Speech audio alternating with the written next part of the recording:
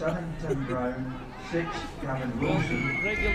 season has reached its conclusion. We're now at the playoff stage. This the second of the playoff semi-finals. We know who the winners this afternoon of this matchup between Ayrshire Bulls and Boroughmuir Bears will be playing in a week's time, and it's certainly from a Boroughmuir's Bears point of view, it's going to be a case of them having to make a little bit of history if they're going to topple an Ayrshire Bulls side that have won all previous meetings between the teams in previous seasons, both in the main competition and of course in the sprint series. But a semi-final, a one-off game, can very often throw up some surprising results and surprising outcomes. So this Ayrshire Bulls side will be very much aware to be on guard this afternoon. Millbrae then is the venue for the second of the FOSROC Super6 semi-finals in the autumn of 2022, and alongside me to watch this one unfold is my co-commentator Dale Clancy. And Dale, after a whirlwind few weeks for these sides, and of course both sides meeting one another within the last 7 days or so, they lock horns. They what was your term in your tweet? Lock horns and or claws, I don't know what. Claws together, and you get the idea anyway. And they're back facing off once more. Yeah, and I think you summed it up quite nicely there, because it's, you know, Ayrshire Bulls have been one of the formed teams in this whole championship, obviously finishing the regular season in second place, just behind Watsonians, who made their way quite comfortably through to the final yesterday evening at home at Myerside. But the form goes out the window, so in terms of history, the Boroughmuir Bears have never been able to topple the Bulls, but this is knockout rugby now. This is a semi-final, and you know, the Bears have all the pressure off of them. It's quite similar to the game that they played against Stirling Wolves, when all the pressure was probably on, you know, the Bears to get the result. It's kind of the flip case here. Ayrshire Bulls are expected to go out and win this. You know, there'll be a heavy expectation that they'll go through and play Watsonians, but Boroughmuir Bears will have a lot to say about that. And I think this game, especially with the elements that we've seen over the last 24 hours, this game will be a lot tighter than most people would anticipate. There's the scoreboard, which of course will be in use from 5 o'clock at kick-off time. Reference to Tam O'Shanter there. You wonder what the Ayrshire's bard, Scotland's bard, Robbie Burns, would have made of a scenario like this, with support coming through from the east, with a winner-takes-all contest on his own doorstep. And he would wax lyrical about the quality of the playing show, I'm sure, particularly for those playing in the home side, because of course Ayrshire Bulls were victorious when the last season, the 2021 season, of course, was a little bit of light relief for some of the players after a spell of COVID, and a year ago Ayrshire Bulls were able to topple the Southern Knights in the inaugural playoff final, with the original series of course coming to a very abrupt halt because of COVID. But yes, a year ago the Ayrshire Bulls were victorious over the Southern Knights. It means that they are the incumbent champions, and they will obviously want to retain that title and just have an iron grip on the competition. But we know that they will face Watsonians in the final if they are able to beat the Edinburgh opposition in Boroughmuir, of course, this afternoon at Millbrae. And Watsonians themselves, a word on them, Dale, given that over the calendar year of 2022 they've been one of probably the most improved side. Boroughmuir would run them close, certainly from their starting point. Watsonians winning the sprint series, and they're going to be at least involved in the final, as we see there, having defeated Heriots last night by 31 points to 12. Yeah, I think you look at that, you know, you look at the results, and obviously the fixture that we're just about to, you know, absorb. They are being the four best teams. I think Heriots petered away to, you know, down to a whimper at the end of the regular season. Boroughmuir Bears have been pretty consistent, and I just think they've not got that squad depth. I think you'll probably allude to the team shortly in terms of their personnel that they've got this evening, but they've not got the squad depth that Watsonians and Ayrshire Bulls have. You can see obviously they've got home advantage for the semi-finals because of the consistency that they've had. You know, if you look at the wider context, Watsonians and Ayrshire Bulls, they've exchanged victories over each other early on in this championship, and you know, apart from that, they've not lost a game. They are the two formed teams. Watsonians, they've got job done, they're into the final. You know, probably the semi-final is the worst point to get knocked out in, because of, you know, you're almost there, you've done all the hard work through a long season, and then you come to knockout rugby. But as I say, you know, Bears have slowly improved. They've brought a lot of young personnel into their squad as well. They've got a lot of young standout players that, you know, this Super 6 environment is exactly for, and it's going to be an interesting game. And I think that the Boroughmuir Bears need to keep it tight early on to try and, you know, retain and kind of control this Ayrshire Bulls team. Well, let's take a look then at their respective sides this afternoon that will be taking part in this semi-final. There is the Ayrshire Bulls side, and the return of Robert Beattie at outside centre is going to be a important factor, I would imagine, because his power and strength is a very much similar figure to the likes of Lewis Berg and the Watsonian side in what he can offer at 13, and that will be a very strong partnership with Andrew Stirrett. And Robert Beattie started the sequence of matches towards the end of the summer spell with 2 or 3 outstanding performances before injury started to interrupt his season. So his return is going to be very important, but across the board that's a very strong looking Ayrshire Bulls side. Yeah, the starting 15 is really strong, very strong front row, really dynamic back row.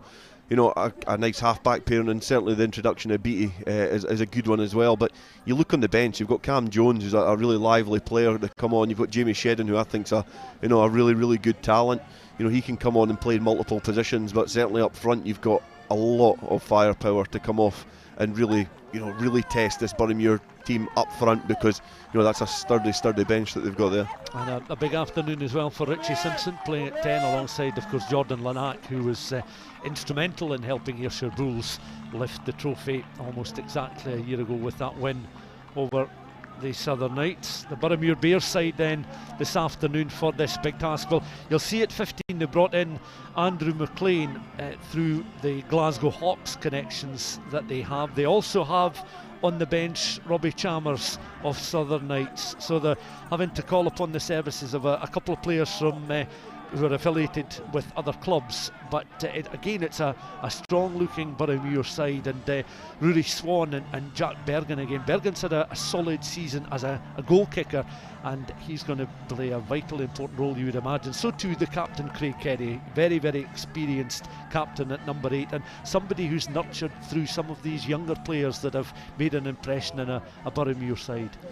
Yeah, I think Jack Bergen is going to be the player that Boroughmuir Bears are going to look to get them in the right positions on the pitch. If you want to beat an Ayrshire Bulls team, you need to keep them moving, you need to play rugby in the right areas, and that 10 is going to be instrumental in doing that. But also in the back row, I think Josh King is going to have the game of his life. He's a really important player for the Boroughmuir Bears, but he's got a real big ask to try and contain, not only the forwards for Ayrshire Bulls, but their strong runners in midfield as well. He's going to have to be working hard, in the breakdown area, in the close quarters, but also in open field to try and contain them. But that's talking defensively. That's speaking about Boroughmuir Bears as a defensive team. They do have some good attacking players in their own right through Joe Jenkins and also young Kerr Johnson. So certainly they'll be looking to try and test them on the right occasions, but that last man at the huddle there, Jack Bergen, is going to be vitally important for the Bears. Yeah, we were talking just at the start of the programme there about improvement, and about the improvement of Watsonians, the fact that they were, of course, the winners of the Sprint Series, and they went on to have a very good season, culminating, of course, in playing the winners of this afternoon's match in the final, as the Ayrshire Bulls take to the field, led on by their captain Blair McPherson. But a word on Boroughmuir Bears as well, because first couple of seasons, first one was of course aborted, the second season reaching its conclusion. I think 11 points and 14 points, but bottom of the table. But to get up to mid-table, that's been an improvement that has, I'm sure, delighted Graham Shield. Yeah, definitely. I think the Super 6 as a whole, it's progressed a little bit further from where it was. We've had obviously a disrupted season, we've had a full season, we've had a sprint, and I think you can see the progress in a lot of teams, and Boroughmuir Bears are one of those teams that have probably progressed the most. Ayrshire Bulls have been consistent, Watsonians have been able to galvanise themselves, but the Bears have really, really improved and pushed on, and they've really taken to Super 6, and especially this is a great occasion, big crowd, the youngsters there supporting as well, and I think we're in for a cracking semi-final. I think this is going to be an absolute brilliant game. Well, this is the 8th match between these sides, if you include the Sprint Series match, which ended in a Bulls win by 24 points to 17. But victories in the 3 years of the regulation seasons all going the way of the Ayrshire Bulls. So as we mentioned, Boroughmuir Bears will be looking to make a little bit of history, first time winners, if they can topple their hosts this afternoon. Immediately under some pressure inside the Boroughmuir 22, they'll look to try and clear in the early stages here. Some hard, solid work being produced and performed there by Josh King and Scott McGinley alongside Craig Keddy in the back row for Boroughmuir, providing this box kick opportunity for Swan. and that is a touch finder that takes play outside of the 22. But thinking back to when the tournament started, Dale, we were in the middle of a drought, and you can see that's a sort of classic Millbrae state of pitch, isn't it, for this stage in the season. Quite a bit of mud showing through the grass. It's been a somewhat damp day in Ayrshire and Alloway, and it's just going to add to the occasion. Yeah, I think you can probably drive around most of Scotland and see many a bull in a field looking quite like that. So they'll be at home, but this is where they're really dangerous up front, and you can see early on the firepower that they have in that pack. They're really taking it to the Bears early on. James Malcolm with that band around the ears, black band, ball tucked under the arm. Barking instructions behind him is Jordan Lanack with the long black sleeves, but it's still the hooker, the Ayrshire Bulls hooker, looking up there. Perham, the referee, just alongside him as Ayrshire, and you can see right in the thick of it as well, Blair McPherson as they splinter away. That's all hands on deck defensively for Boroughmuir, but the infringement has I think gone the way off Boroughmuir as Ayrshire Bulls applying the pressure into that 22 on the left hand side. Now the referee signalling the knock on, the handling error, but again just the power illustrated very early on by these Ayrshire Bulls forwards, and having played each other a week ago, I mean the test of resolve was there for them to deal with 7 days or so ago. They very much know what they're up against, Boroughmuir. Yeah, they do know what they're up against, but it's hard to try and counteract that. You can just see up front, I think the profit margins for the Chippies on the west coast of Scotland must have been through the roof, because the Bulls have a sizable advantage against the Boroughmuir Bears. It's a real weapon of the Bulls, and it's something, although they've played each other, you can see there in the scrum, just Johnny Perham just given the free kick against the Bulls. You can see there from that line out they've made so much ground to get down the field, and it's difficult to defend, and you could see even though that went to ground, the Ayrshire Bulls were actually happier with that phase of play than what Boroughmuir Bears were, who ended up stopping that attack. Well, when you consider as well, I mean, you were talking there about the physique of a lot of the players. When you consider some of the players that we'd watched pre FOSROC Super6 competition, the players that have been around 3, 4, 5, 6 seasons, and compare the physique with the physique now, I mean, it's something we expected would happen. The players have bulked up. It's happened relatively quickly, and that's been an important factor for all the teams, because physically it's become a much more demanding contest. Yeah, and they've definitely not done that in the Chippy. I was being sarcastic, but it is a step up. It's the physicality, it's preparing these players, their bodies, their minds, their skill set to play professional rugby, and part of that is conditioning. And you can see there the Bulls are very in good shape ahead of this fixture.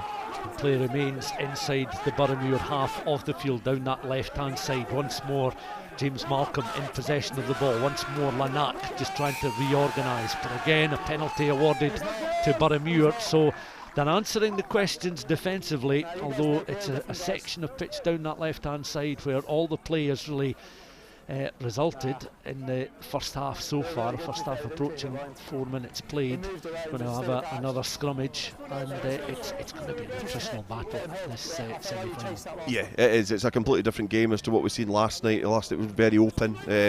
It was relatively dry, so they could chuck the ball about, but you can see how the boots of the players, how muddy they are already. When you've got those driving mauls and you've got these close quarter actions, it churns up the ground so much. It takes a lot out of the players as well. But in terms of that, very well defended there by Boroughmuir Bears, because the Bulls line out driving maul is such a threat, even to win penalties and to get that advantage from the referee. Really well defended, and again the scrum going to ground, and the Bears able to just launch their first attack. Boroughmuir then looking to get the ball through the hands, going in, trying to secure possession. Adam Scott outside centre. Scrum half is Rory Swan. Little pop pass out towards that right hand side. Players just devoured in the contact situation. Jack Fisher and Callum Atkinson in the second row for Boroughmuir this afternoon. Smith, Lafferty and Alessandri in the front row as we're watching Swan launch a high one. That's a tantalising ball, and Boroughmuir following through and putting a bit of pressure on Ellie Cavan just on that left hand side. Boroughmuir with the ball now inside the Ayrshire Bulls half of the field, but it's back on halfway and it's been won back by the Ayrshire Bulls. Over possession of the ball now is Rory Jackson, the second row forward. Back it comes now to Tim Brown in that black scrum cap. Plays the ball on the deck, mopped up by Lanack. Back then towards Richie Simpson. Crossfield kick. And that bounces, as you see the two Boroughmuir players covering that section of 22. Because of course these players are, you know, they have Dale a good solid boot on them, so when an opportunity opens up, they've had enough time to practice and you know, bring the 50-22 concept into the game, and that was an opportunity where it could have come off despite the bounce of the ball going against them. Yeah, I think that the accuracy of the kick there from Joe Jenkins is really good under a little bit of you know, pressure and defence from the Boroughmuir Bears. That kick chase from Swan, it went up in the air. The kick chase came on. They put a lot of pressure on Cavan on the left wing, which meant that the players could try and drive through. But Boroughmuir Bears have started brightly. They've stolen this line out, and it's certainly been a bright opening 6 minutes for the Bears. Of course, the final played at the Dam Health in Edinburgh, a 4:45 kick-off. And there'll be, of course, live coverage of the final. Ayrshire Bulls against Southern Knights was the final a year ago. Well, the Bulls or the Bears end up in the final. Well, there is a fully committed challenge, and we'll get the thoughts of Dale on that one, because that was an aerial contest. Liam McNamara, you see, is just going to very gingerly get himself back. He's on his haunches at the moment, but he didn't have to take a tumble there, Dale. Yeah, it'll be interesting to see that back. I'm just trying to see the trampette on the ground, because Liam McNamara got some height on that when he was going for that, and you can just see that the Boroughmuir player who was coming there, Adam Scott, you know, there was no intent there, you know, but I just think he's got himself in a really clumsy position, and it's actually good aerial work from McNamara. He's landed on his back, so fortunately, it looked worse in real time, but fortunately for him, you know, it's maybe just a little bit of wind out his lungs, and he'll get a bit of time, a little bit of attention to regather himself. But it's going to be interesting what the referee does here. But I just think that Adam Scott, you know, no malice there. He just got himself in a clumsy position. If he jumps and looks to go for that, that's completely mitigated and it's out. Listen to the referee, and he goes to the pocket and he shows Adam Scott the yellow card there. So after some consultation with his assistant, he was content that it was nothing more than a yellow card, but a yellow card nonetheless. And after a bright opening where Boroughmuir have answered the questions defensively of an Ayrshire Bulls side who have had more territorial advantage, it becomes a much harder contest now when you've 14 men in the park for the next 10 minutes. Yeah, that's going to be difficult for Boroughmuir to deal with after such a positive start. It was just an unfortunate coming together. It was probably just a lack of awareness from Adam Scott. I think it's I think at this stage in the game against a Bulls team, so early in the game, you'd rather it was a back than a forward going off. But it's still going to be a big ask for Boroughmuir Bears. I mean, there was absolutely no malicious intent there, as it was just an awkward positioning from Scott. Lanack then receiving the ball once more from his hooker. Out inside centre is Stirrett, who's had a very good season himself, scampering into that 22, looking to bring Simpson into play. Fly half, Cavan coming across from the left hand side on towards the right. He was almost in there. They're looking to recycle ball quickly. Lanack then looking to make the ball available. It's been stolen by Boroughmuir again. Desperate defensive work here from the Edinburgh side, but they've come clean through there. They're over the ball at the moment, and they're looking just to try and clear from, you can see the 5 metre line there, but Cavan was almost in. We thought he perhaps had he been that little bit taller with telescopic arms, he might have been able to get across the line, but by far and away the closest opportunity for either side coming there when Elias Cavan was just supporting Aaron Tate on the right hand side, and he could well have been in for the opening score. As it is, 0-0 at the moment, but you're down to 14 men. Bulls though have this throw in. The Bears did well to recycle round and get some defensive shape back in, and they were working hard on their feet to get in a position, but Scott Robson with a brilliant turnover there on his own goal line, and it's given Boroughmuir Bears this little platform to try and escape from their own 22. Another player has fallen from higher ground, so to speak, as we're watching Boroughmuir and Jack Bergen play a cross-field kick, but back as McNamara seems to have run off that injury. It's left-footed, high Gary Owen up and under.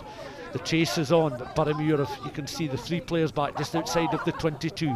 pitch is beginning to churn up somewhat, but it's been won back by Ayrshire Bulls, and Malcolm now playing the ball forward down the right hand side. The ball just trundles into touch there, but that was good positioning play from James Malcolm, who's carried well from a couple of lineouts in open play down that right hand side, showing a decent turn of pace just to alarm the Boroughmuir Bears defence. And they'll be mindful that threats can come in different shapes and sizes and from all parts of the field. Yeah, that came from a rip from their prop Michael Scott though in the open field. He managed just to get his body in a good position, rip the ball loose, and they managed to move the point of contact. Stirrett did find Malcolm, who kicked downfield, so good awareness from the hooker to keep pinning Boroughmuir Bears back inside their own half, because you're just forcing the other team to really, you push the envelope, force a mistake, and they'll hopefully be looking to capitalise on that.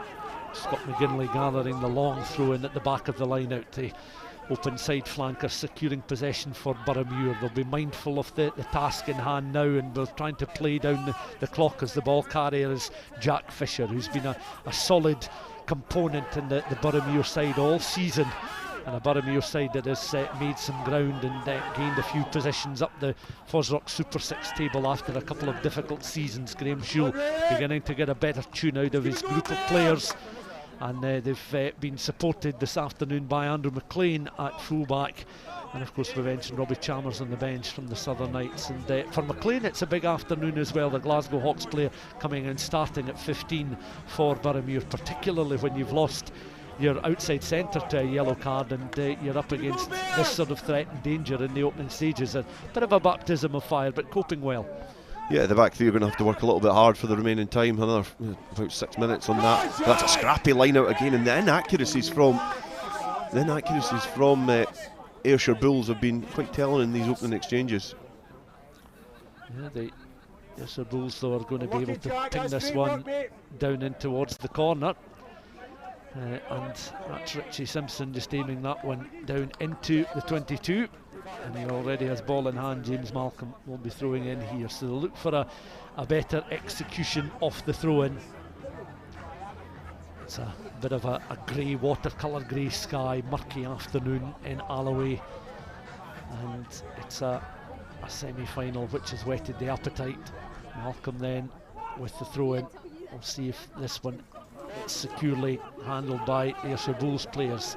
Malcolm then works his way towards the back of the maul, has control of the ball at the moment, begins to lose the jersey as reinforcements come flying in there. Robert Beattie, the latest player. Now he's a big, powerful, open side player as well, of course, the outside centre, and real melee in there. Bit of a Clanjamfrey almost, as it's been picked up, a little pop pass there by Michael Scott.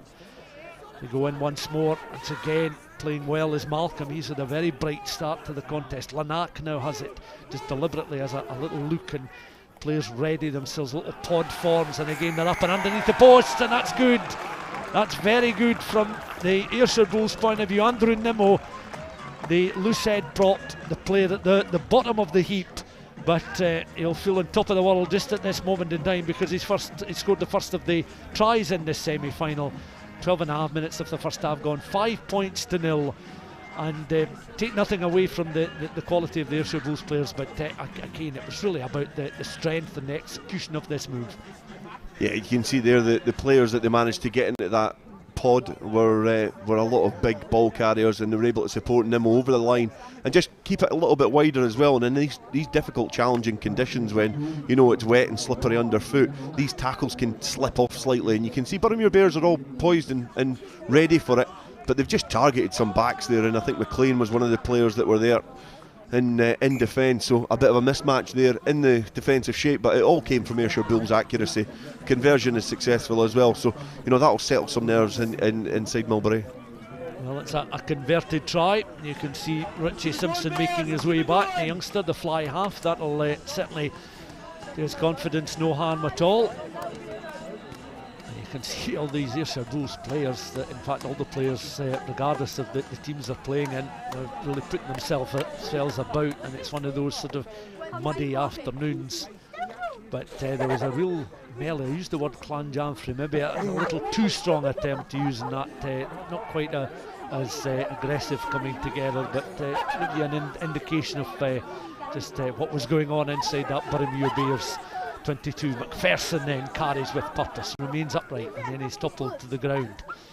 And Ayrshire Bulls now with their tails up as they're looking to use Simpson, playing that down into the Boroughmuir Bears half of the field. Doesn't find touch, allows Boroughmuir to carry up towards the halfway line. I think there's an Ayrshire Bulls player down on the touchline just at the moment, across close to the touchline as the ball is taken into contact with Swan. It is quickly recycled. That's a decent carry there from Alessandri, and the scrum cap.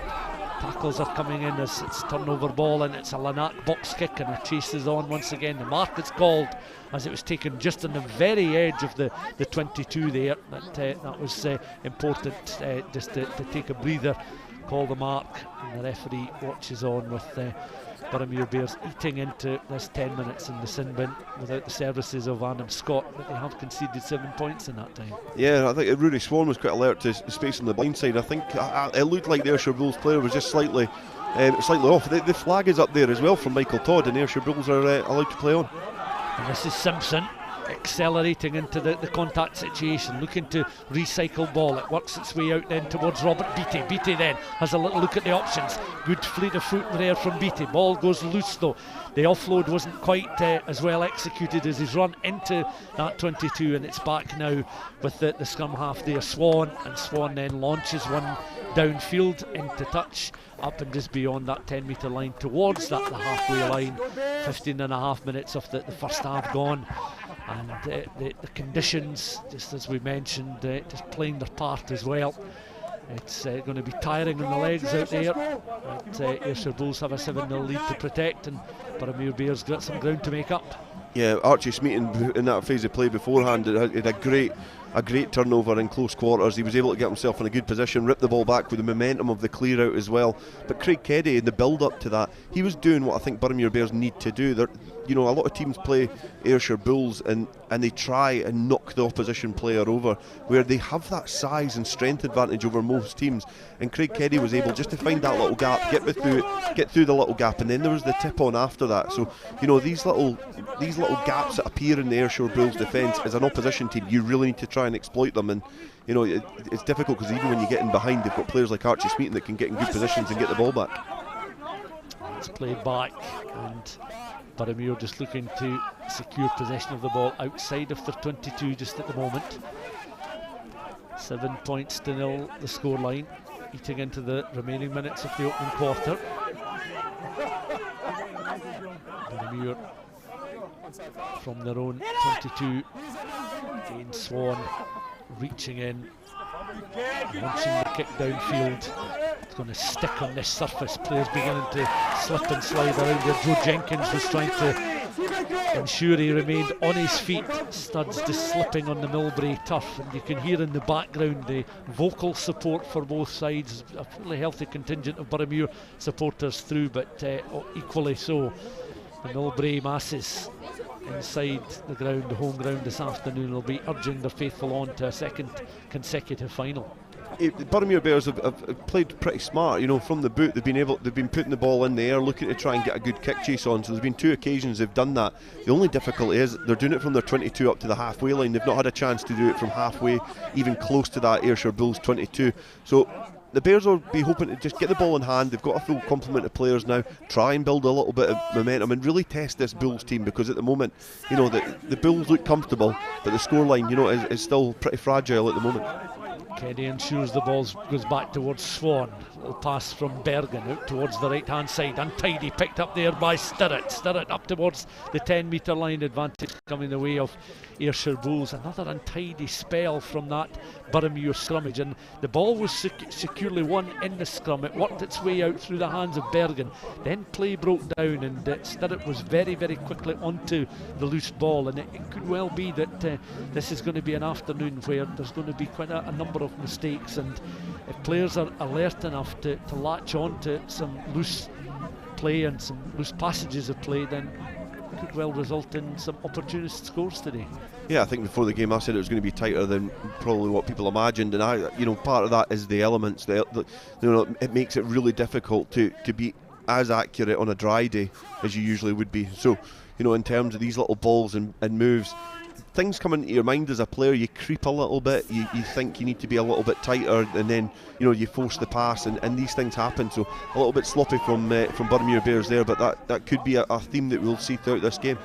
Lanark under a bit of pressure there from his opposite number, Swan.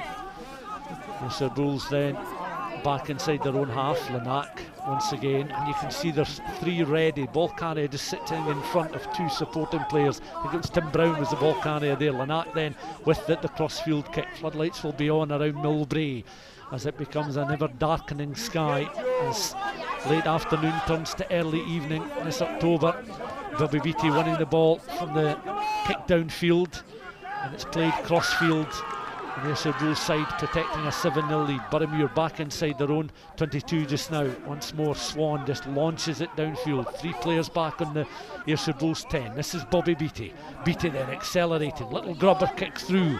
Bounce may well favour Boroughmuir, and does on the deck.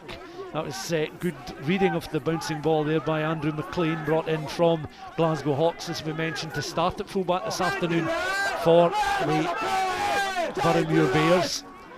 Very vocal support then in the background as Boroughmuir have done well enough there to secure possession of the ball there. Possible opportunity for a turnover there for Ayrshire Bulls. Penalty though awarded by our match referee this afternoon, and with 20 minutes on the clock it's still 7 points to 0. That try coming courtesy of Andrew Nimmo, and our referee this afternoon, Johnny Perriam, just in the centre of the picture, showing Boroughmuir the way as they play through Bergen to touch down into Ayrshire Bulls territory. Here's the thoughts once again of Dale Clancy. In terms of the kick battle there was a little bit of aerial ping pong between the 2 teams, but when the breakdown from Bobby Beattie, when he kicked it forward, it was well tidied up by McLean. The little bit of ill discipline round about the ruck there from Ayrshire Bulls means that Boroughmuir Bears have got a territorial advantage from that battle, because they've come out on top after the things have died down. They can kick downfield, and in a game where Boroughmuir Bears have played particularly well, I think they've played okay. They've defended well. They've kind of limited the threat from the drive and maul. They've not enjoyed a lot of joy inside the Ayrshire Bulls half. It's been an area that they've seldom been in. And the Bulls themselves look relatively comfortable. As I say, the scoreline's quite fragile, but I think the Boroughmuir Bears will be happy that after 20 minutes they're still on the coattails of the Bulls, because as we say, this is knockout rugby, and you just need to, at the end of the day, it's not about bonus points, it's not about anything else other than outscoring your opposition. Yeah, on this occasion it's a winner-takes-all straight shootout for a place in the final. We mentioned 4:45 next weekend, the final, 30th of October, Dam Health Stadium in Edinburgh.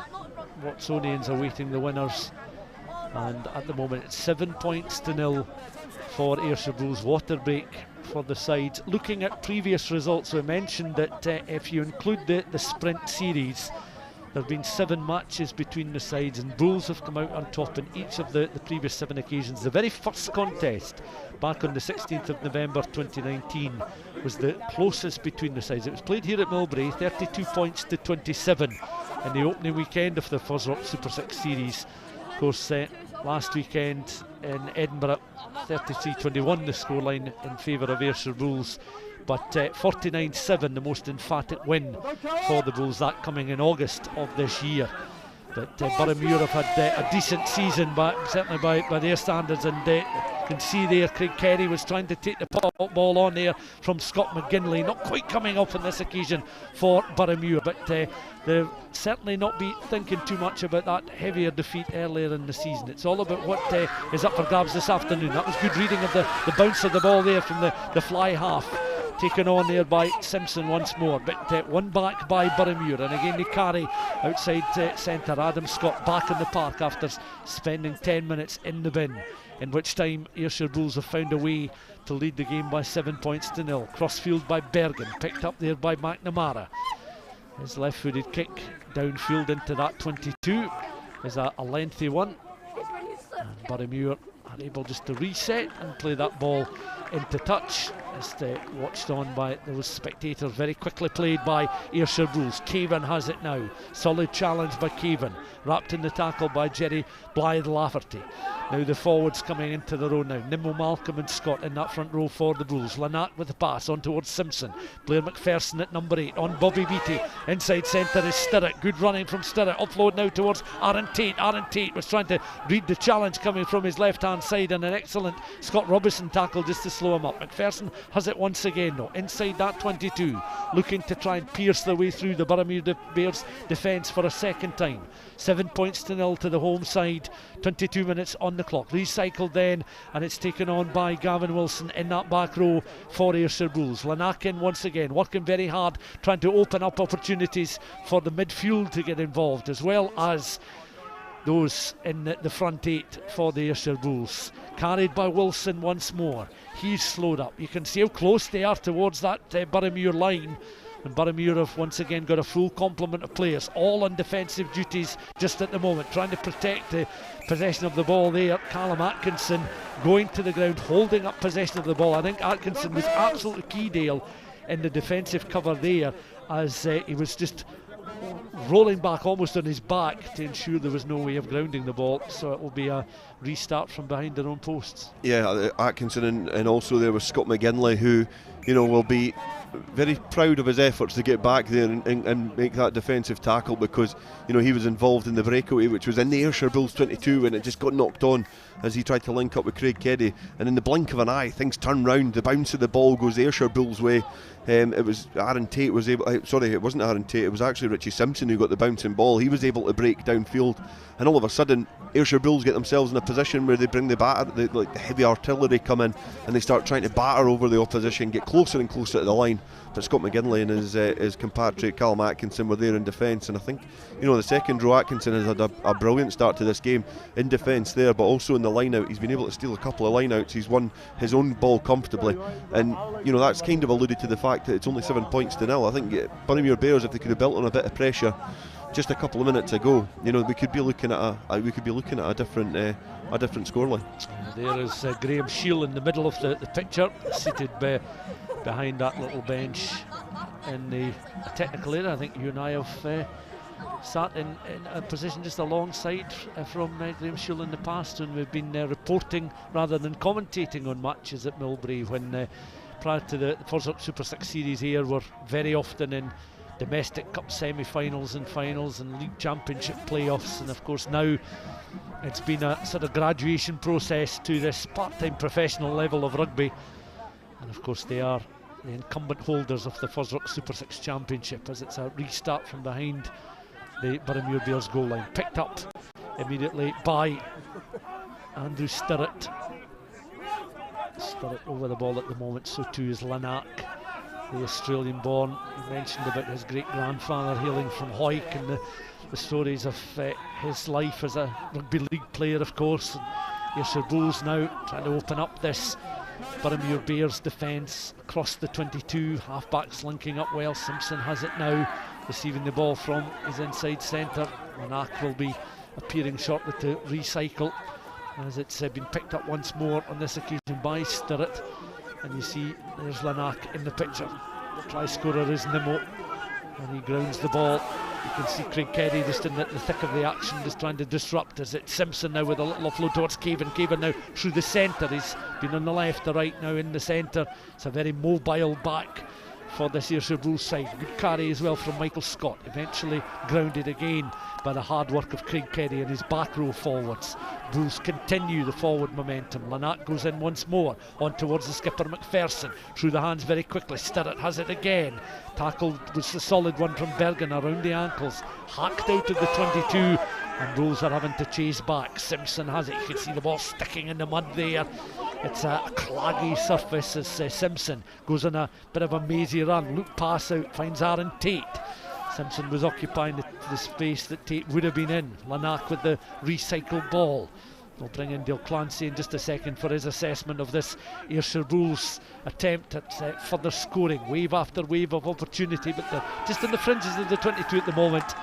And they're a little handling error on the edge of the 22 as the Boroughmuir Bears players will be able to draw breath. We've played a further 5 minutes. 25.5 minutes now have come and gone, and it's 7 points to 0 to the home side. So still that Andrew Nimmo converted try separating the teams. Johnny Perry, I'm just having a little conversation with the Ayrshire Bulls pack, but I think that's a good return for Boroughmuir Bears from the defensive effort. They were able to, from the 22 dropout, as the conversation continues, it was the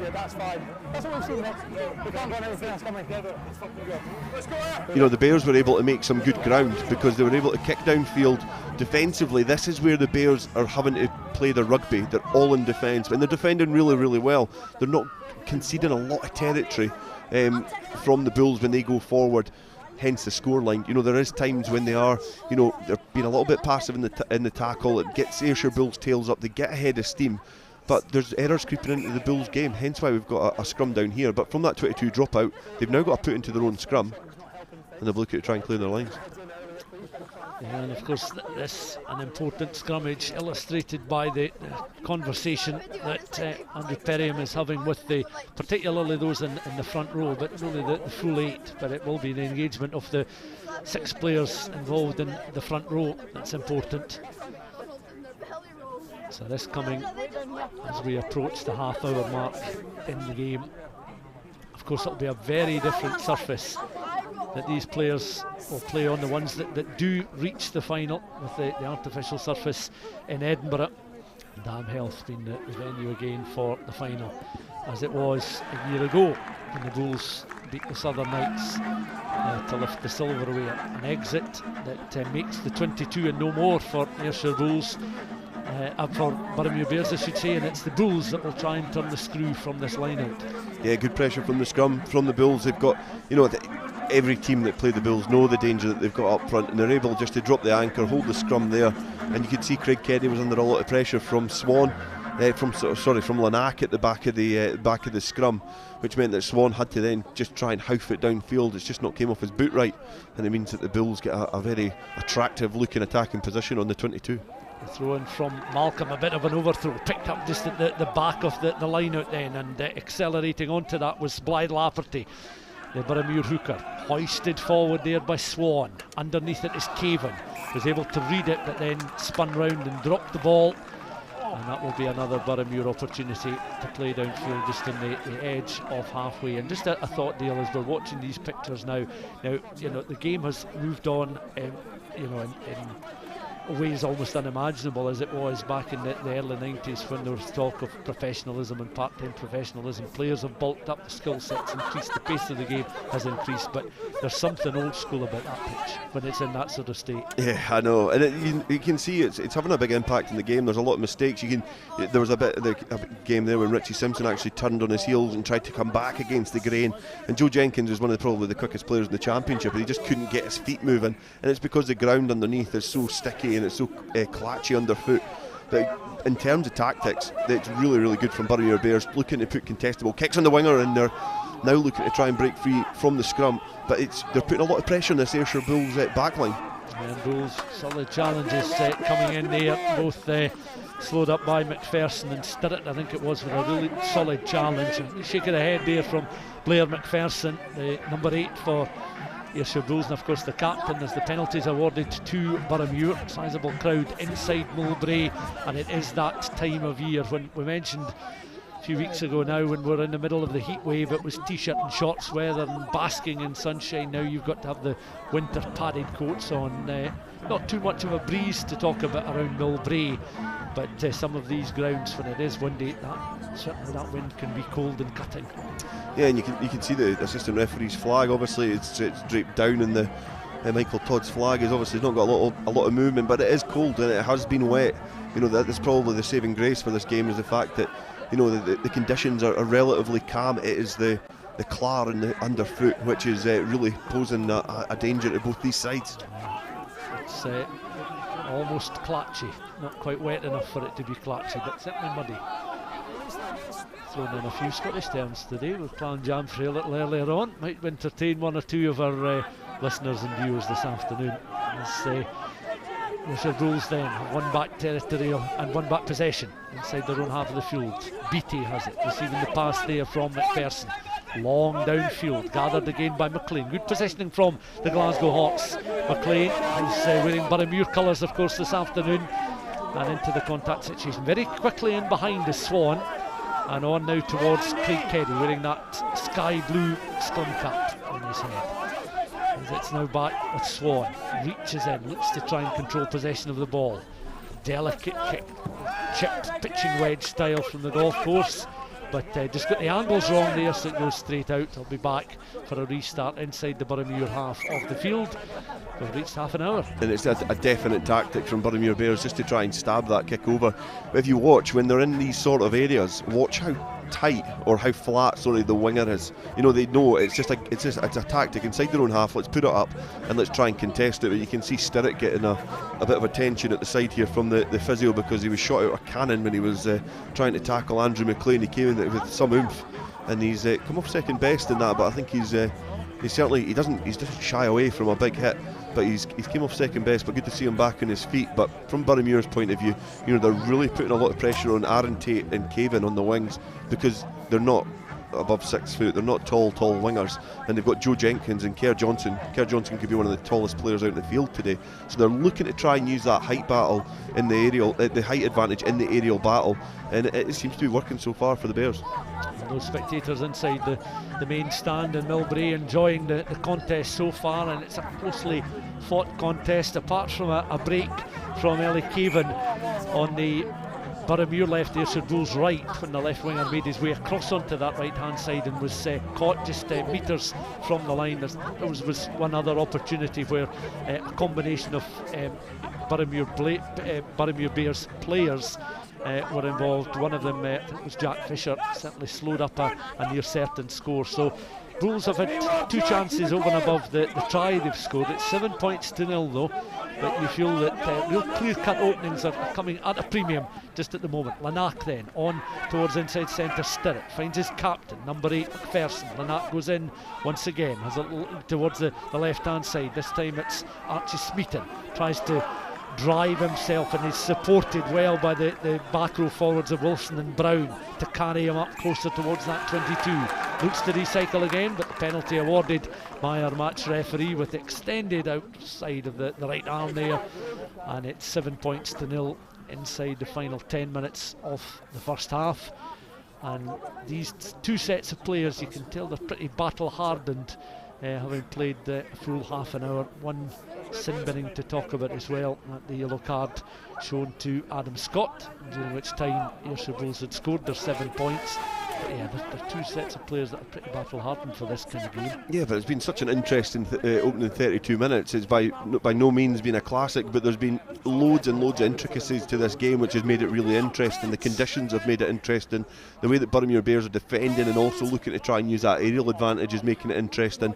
And as well, when the Ayrshire Bulls are on the attack, they're looking dangerous when they're using their heavy runners. It's just that little bit of inaccuracy sometimes, those little, you know, mistakes that are coming into the game, which again is coming onto the Bears' defence. It's been pretty solid so far, and you know, I'm sure, you know, Watsonians players that will be watching on this, you know, there's probably not a lot they can take from this in terms of going into next week, because as you said, you've alluded to, the surface will be completely different next Sunday in the final. So whoever they play out of these 2 teams, you know, in terms of the conditions, you know, there's probably not a lot they can gauge by the level of performance so far from both of these sides. Yeah, we certainly know that Boroughmuir, as part of their improvement, they've played much better on different surfaces, but Ayrshire Bulls are already winners on the artificial surface, so they know how to deal with you know, the change in underfoot conditions, so to speak, as McLean taking the ball into contact. Back it comes quickly through the hands, and that was ripped. Ball goes loose. Again, Scott Malcolm and Nimmo very quickly in that front row are quickly onto these balls. Nimmo this time works his way back to Beattie. Has to go lateral, then straightens up. Delicate with the chip. Gathered by Boroughmuir outside of their 22. Beattie goes in once more. Boroughmuir player on the deck is Bergen. He was able to read the flight of the kick there. Craig Keddy wearing 8 for Boroughmuir again. A campaigner well seasoned, back on his feet, watching the Swan box kick. Gathered, deflected there. Lanack was coming in with a high raised right knee there, deflected and ricocheted forward. and knocked on, so play will go back towards that 10-metre line, and been officiated very well by the man in the middle so far. He's just had to produce the one yellow card, and only really one occasion where he's had to really talk at length before a scrummage. Yeah, I think, you know, it's been one of those games. There's been errors in it, and I think both sides will be frustrated. But again, you can see there that the box kick from Swan has been a really good weapon for them. I think the Ayrshire Bulls, they've obviously noticed that the Bulls, if there's one thing that the Watsonians players can take from this, is the Bulls do look very vulnerable under the high ball in that back three, because that's McNamara, Tate and Cavan that have all been under a bit of pressure from that aerial battle, from the box kick from Swan. So it'll be something that, you know, Boroughmuir Bears have enjoyed a lot of territorial advantage from, in terms of getting the scrum, getting the put into the scrum, or getting penalties. They've just not been able to make it count. Recycle ball then. Boroughmuir have it. We did get a glimpse of the Ayrshire Bulls coaching staff watching on under the floodlights now at Millbrae. That kick was chased all the way there by Joe Jenkins, the left winger for Boroughmuir. Both sides wearing the distinctive jerseys, the black and pink of Ayrshire Bulls. They have of course a lighter colour strip they often play in, but very familiar quarters of blue and green on the Boroughmuir players as well. And that's something that we've come to get used to as part of these 6 sides in the FOSROC competition. Different strips, different colours, different new logos, names and terminologies for the various clubs taking part. And it's the Bulls against the Bears, and that's lofted forward by McNamara. Boroughmuir then underneath it. Joe Jenkins off his wing, again just on the angle, looking to open up down the right hand side, chip and chase on, and that's taken well by McNamara. Back, and he's got time just to measure a left-footed kick downfield this time that takes play back towards halfway, and that was a clean exit. It forces Boroughmuir back into just a fraction inside their own half of the field. That was well taken by the ball boy. Next to the assistant referee. 3.5 minutes to go, 7-0. Yeah, the ball boy's got better hands than you and I. He's taking it cleanly, but off the forearm as well. Yeah, they're a skillful bunch up at Millbrae, but you know, I think in terms of the way that this game's went, it's Boroughmuir have been harrying and hassling the Bulls. They've been forcing them into kicks that they probably don't really want to make, and you can see there just another kick that goes downfield. Jenkins gets a little bit of space, they move the target and then allow them to kick downfield, and McNamara has to kick it out the field of play, and it gives it back to the Bears. They can throw into the line out and they can launch an attack. That was one in the air by Callum Atkinson. He's one of the best at winning lineouts, rangy figure in that Boroughmuir second row alongside Jack Fisher. 2 players that have certainly been at the heart of this Boroughmuir improvement over the last 12 months or so. Watching on is Rory Swan, squats down as a little loop then, pointing the direction of travel for these Boroughmuir players, getting the forwards organised. It was forwards just taking the ball into a contact situation. Atkinson back to his feet, delicate kick. Cavan was trying to play a little bit of football there. It's been picked up, and now Boroughmuir, an opening opportunity here for Boroughmuir, well inside the 22. Crossfield challenge coming in. McNamara tracking the player all the way down that right hand side, forcing them into touch. It was almost an unexpected break there for Boroughmuir, and they could not capitalise, but we said it would potentially be an afternoon where there could be 1 or 2 opportunist scores coming as a result of some slackness in play. Little chip over the top, Cup Rugby, let's make a go of it. You can see Cavan just tries to fly hack it, doesn't get it, falls into the hand of McGinley, and he's looking to try and fend off McNamara, and Cavan does come back and lend a little bit of support. But you know, this is knockout rugby. Roll the dice, have a go, and Boroughmuir Bears almost, you know, found the trump card there. Rory Jackson as well to win the ball in the line, so suddenly some real spirited play there from Scott McGinley, the open side flanker for Boroughmuir, but slowed up just before he could reach the Ayrshire Bulls line. 90 seconds of the first half left to play. Cavan back then towards Simpson, launched forward, touch finder again just on halfway, and 1 or 2 quick throw-ins from the line out. This is going to be the regulation with the players lining up, and you feel that it's exactly from a neutral as you would want it to be at half time. It's very much in the melting pot. it's the Bulls that are at the moment, by the looks of it, going to take a lead in the half-time, but 7 points, a game can, as you say, can turn very quickly. Yeah, definitely. I think, in terms of a semi-final, 7 points to 0, it's the team that are, the favourites for it in the lead, the home advantage. They've not played particularly well, but Boroughmuir have been able to just keep them, within touching distance. Just a little bit of inaccuracy from that line out there, creeping into their game, and the Bulls now taking play forward towards Boroughmuir Bears' 10-metre line, and you wonder whether the Bulls will be able to strike on a final attack here just in the closing minutes as McNamara makes a little break and brushes off the Boroughmuir Bears defence. McNamara up towards that 22, closed down very quickly. Lanack once more goes in. You can see the mud, the glass covering the jerseys of these players. Lanack pass just finds Simpson, on now towards the hard-working Archie Smeaton, up and inside the 22. Ball is dislodged, picked up by Boroughmuir now, and away they go once more. Get determination going once again by McGinley, the outside centre. In behind him, sclaffed effort there from Swan, makes halfway and no more. Suddenly it's opened up somewhat as the ball is with Aaron Tate. Tate though, had to backtrack and then had another go, but the door firmly closed on the Ayrshire Bulls right winger. Lanack goes in again, has a little look at the options towards the left hand side. Referee penalising Ayrshire Bulls. A little bit of back chat as well, and Boroughmuir, quick tap and go, away they go underneath the arm of the referee. Kicking chases on there, Jenkins gives chase, so too does Adam Scott, the player that was yellow carded. Again the ball just almost stuck in the mud, 5 metres from the Ayrshire Bulls line. Bulls though, reinforcements back to try and close the door on this Boroughmuir side. Into stoppage time, injury time in this first half. Dying embers of the opening 40 minutes. Lanack knows the time is up, plays the ball into touch, and an enthralling, if low scoring, first 40 minutes comes to an end. So we're at halfway in the second of the FOSROC Super 6 playoff semi-finals for this season, and Dale Clancy, it's on a knife edge, it's anyone's game. Yeah, I have said it's not a classic, but it is a really, really good game of rugby. It's competitive, it's physical. You've got Boroughmuir Bears who are not fancied by many pundits or anybody or any people in rugby circles in terms of Super 6 against a team that has been on form this season, but they've only got a slender 7-point lead at half time.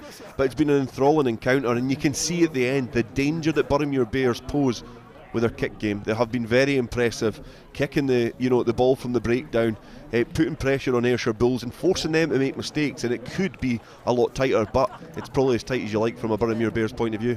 Yeah, and of course there's sort of 2 talking points in the first half. There was the yellow card shown to Adam Scott, and then within 5 minutes Ayrshire Bulls had scored the try when Boroughmuir Bears were down to 14 men, and this is classic from Ayrshire Bulls. Now, take nothing away from their creativity and the class they have in the backs, but Lanack on towards a clutch of forwards, and piling through was the loose head prop there, Andrew Nimmo, to score a try. And he's been in the thick of the action. He's been a series campaigner in this competition for Ayrshire Bulls, and he'll never tire of opportunities like this to try and finish off a move. Yeah, and I think there's probably the only time that Boroughmuir Bears in defence have made the wrong call. You can see Swan, he burst over at the other side, but they've got far too many players just round that close area. You've got Keddy, you've also got Atkinson there, and you've got another player just joined, I think that was Blythe Lafferty. If they stretch out a little bit, they've probably got a fighting chance to try and thwart that attempted attack from Ayrshire Bulls. The difficulty there is the amount of size and power that they've got in that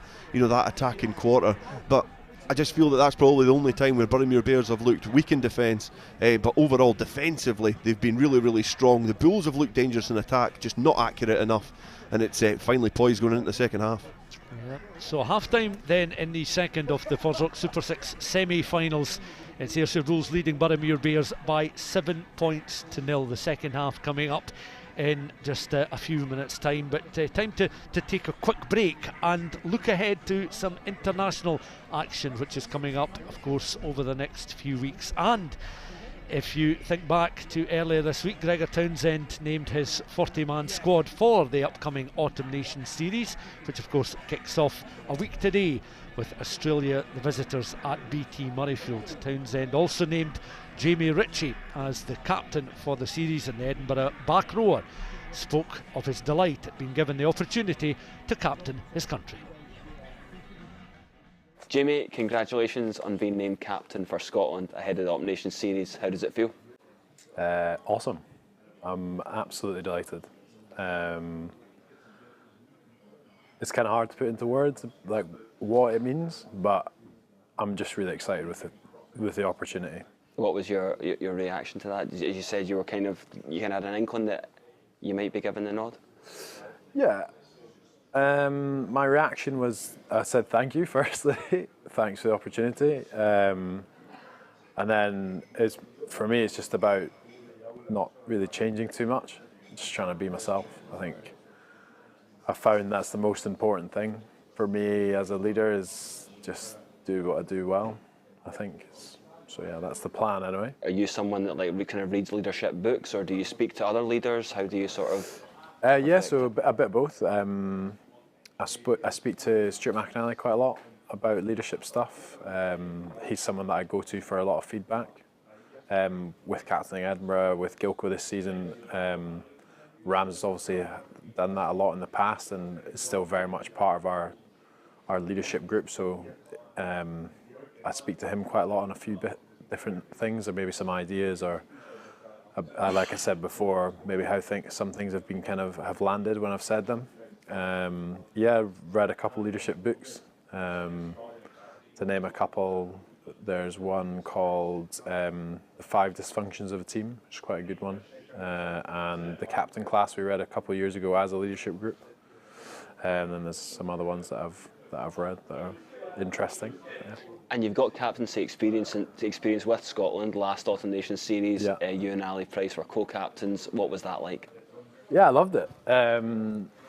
Co-captaining is a funny thing, because you're never really sure who should, like when you're speaking to the ref and stuff like that, and like, oh, I'll do it, maybe you do it. But it's good, it's fun as well, because it shares the load, like of something that's quite a high pressure situation, that you know that if you're maybe knackered, then someone else can kind of take the reins. But it's something that I thoroughly enjoyed. We flipped a coin to get to see who ran out first, and Ali won, so I've not done that yet, so it's something I'm looking forward to doing. But yeah, no, I'm buzzing. What will that mean to you to lead the team out in that first game against Australia in front of a sold-out BT Murrayfield? That must be something special for you to look forward to. Yeah, I'm really, really excited about it. It will mean so much to me and my family. I think it's funny though, when you're a kid, you don't dream about captaining Scotland. You dream about playing for Scotland, and like I've had the opportunity to do that, and I'm really grateful. But I think into my career now, yeah, it's a huge privilege, and I don't take it lightly, and I'm really excited about getting to do it. In terms of the Autumn Nations series matches as a whole, Yeah. How much are you looking forward to them? Because it's 4 sort of different tests, but really challenging ones for us to look forward to. Yeah, hugely looking forward to it.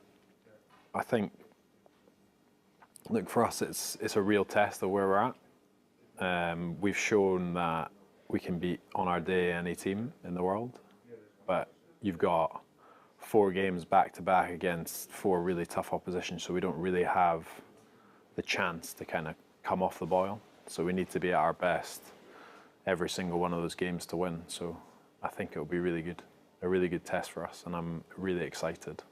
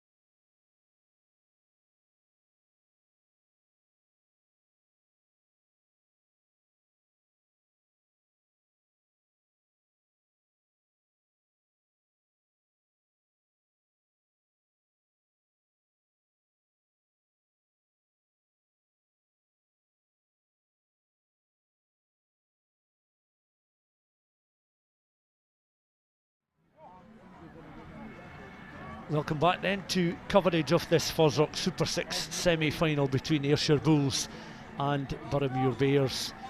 A refereeing party just arriving onto the field of play. Johnny Perry and Michael Todd and Alistair Watt refereeing party this afternoon for the semi-final at Millbrae. Ayrshire Bulls leading at half-time then by 7 points to 0, and Andrew Nimmo try coming inside the opening quarter of the contest. And Perriam then whistles as Boroughmuir get this second half underway. Chasing, but not having to chase too significantly, given that there's only 7 points separating the sides. They will, however, want a bright start to this second period. They did have a man, Adam Scott, their outside centre in the sin bin in the first half as well, and during which time Ayrshire Bulls did score that opening try. McNamara is wrapped in the tackle on halfway as Lynette goes in, launches not so much a box kick, but one from hand downfield, deliberately trying to gain some ground, but measured well there by Boroughmuir. They launch downfield themselves back into the 22. This sticky surface will certainly play a factor under the floodlights. Very atmospheric for this time of year as we approach the end of October, and the final played on the 30th of October in Edinburgh. But this sort of classic ground and classic surface for an important game between these sides, and it's going to be a throw-in across on that far side for Boroughmuir, as towels are going to be at a premium. Clean towels certainly in this second half. It'll be a case of wiping that ball thoroughly before Jerry Blythe Lafferty throws the ball in.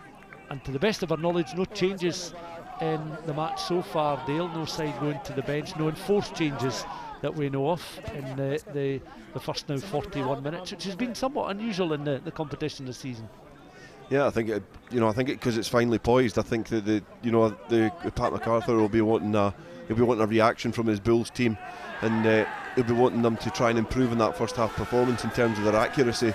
But early on, it's been the Boroughmuir Bears again coming out with that intent, and the longer this game stays tight, I think the more belief that Boroughmuir Bears will get. Tim Brown doing very well, the open side flanker. A little box kick again, this time from Rory Swan. And McGinley has performed well in the back row for Boroughmuir, such as we mentioned. Tim Brown, open side flanker for Ayrshire Bulls. Picked up there by the Bulls and by the aforementioned Tim Brown.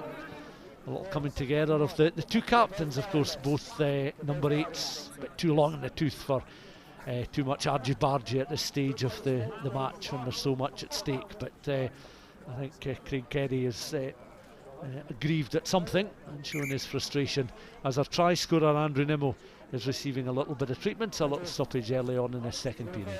Yeah, the Boroughmuir Bears have come out in the second half and looked to try and continue with that tactic, the little jab over the top with Swan's boot, and I just find it funny that the Bulls have not even looked to try and cover that. I wouldn't be looking to put your winger shallower, but they could probably afford to put one of their big ball carriers just 10 yards in behind the breakdown just to cover it, because if Swan looks up and sees somebody there, he's got to have option B, because that's plan A at the moment, is just to stab it on, force them to make mistakes, give your kick chase a chance to scamper downfield and put a little bit of pressure on. But for reasons unbeknown to me, the Ayrshire Bulls don't look to be covering it, and it would be interesting to see what the Boroughmuir Bears plan B would be, and also what effect that would have on the Bulls' defence, because at the moment, they're just being allowed to try and kick it downfield, and they're putting it in good faith that the Bulls will be able to cover it.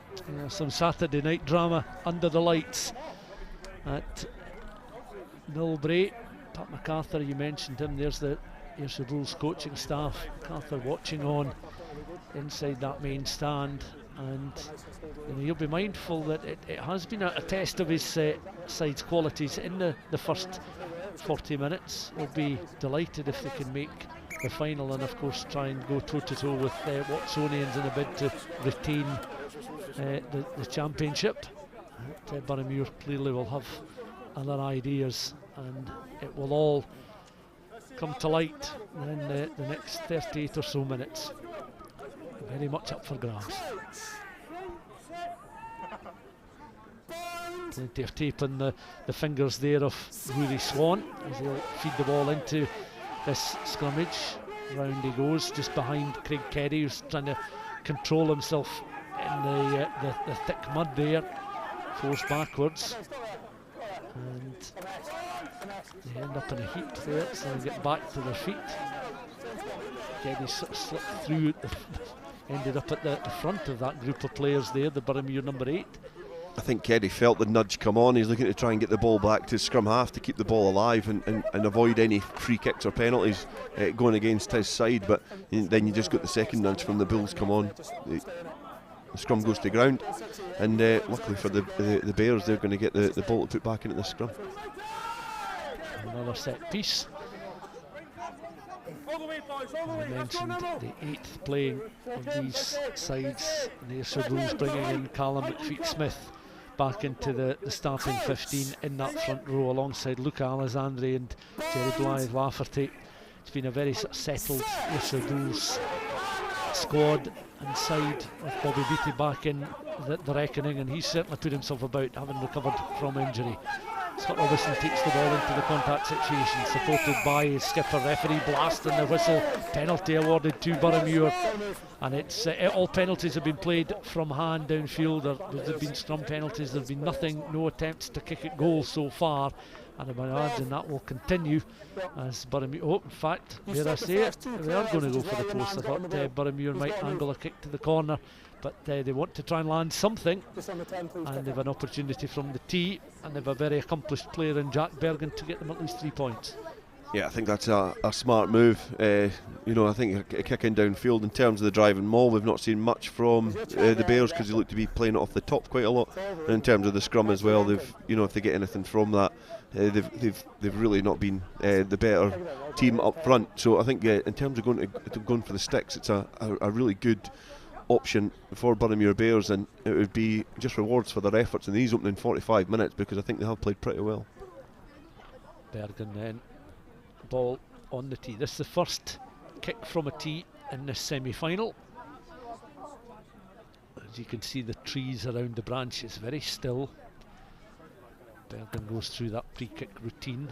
A clean strike. Now, is he giving it enough? Is there enough on it? There is enough, but the angle just slightly to the left of that left-hand post. So Boroughmuir remain searching for their opening points of this semi-final. 7-0 the scoreline. Yeah, I'll be disappointed with that, but going back to the penalty, I think that that could have went either way. I think Ayrshire Bulls got themselves in a good position. They isolated Robson quite well. I think it was perhaps a tackler not rolling away, not releasing on the floor, that has meant that the Bears get the penalty. But again, they'll be able to retrieve the ball, kick downfield, and try and get the chase on.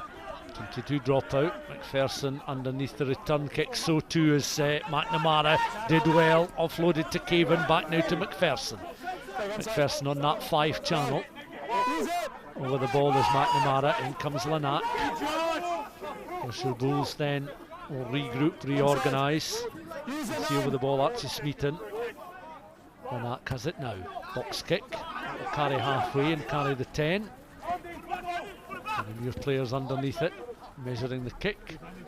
Will bounce a couple of times, doesn't quite find touch, finds the hands of Lanack. On then towards James Malcolm, out towards the right hand side. Aaron Tate, further out it goes, down that right hand channel, picked up and stolen by Boroughmuir, down now their left hand side. Tackle comes in then on Jack Bergen, who is almost surprised to get possession of the ball, but it's still with the visitors Boroughmuir as they spread the ball now through the hands. That was well taken, a little grubber kick through, the chase is on. He was coming from a deep position here, Kerr Johnston, the right winger, and it's been mopped up by the Ayrshire Bulls. And by Richie Simpson was back. He's covered a fair bit of ground, the youngster, the fly half. Just scooping up the ball and protecting possession for Ayrshire Bulls. Lanack just slows it up very deliberately. Launching that box kick. 7 minutes played in this second half. That's a touch finder. And again, 1 or 2 opportunities there for Bergen and for Boroughmuir. We did see something similar in the first half involving Scott McGinley, and this time it was Bergen that was the grateful recipient. Yeah, and we know how dangerous Aaron Tate is at this level in terms of when he gets a little bit of, he doesn't even need a lot of space, he needs a little bit of space because he can work his magic with his footwork and his acceleration, but just not able to get away in this ground. Stripped to the ball, and Bergen was first there, gets downfield and then the Ayrshire Bulls defence have to then get back into place, and I think Robson did pick the right option to try and stab it downfield. But the Bulls were there to cover. If he'd got a little bit more angle on that kick, I do wonder if Kerr Johnson could have put a little bit more pressure on that kick chase. But as it stands, another throw into the line out for the Bears, and a good attacking position. It's been a bright start. And we got a glimpse of the Bulls replacements in their jackets beginning their warm-up as we watch now. Craig Keddy into contact. In behind him was Swan, the scrum half. Played through there, deflected. McLean was trying to find some space inside that Ayrshire Bulls half of the field, very congested. Lanack on in again. Front row forwards, taking it in turns to carry with some purpose as Lanack in behind once again, mopping up, recycling ball. This time it's Tim Brown, straightens up. In behind him was Smeaton. Smeaton with the long locks there is in the tackle and forced backwards by Craig Keddy. In the thick of the action, the lock forward Callum Atkinson as well. Bulls are reorganising, work the ball back towards Lanack. There's the box kick from the Australian. The referee's blast of the whistle and an offside decision.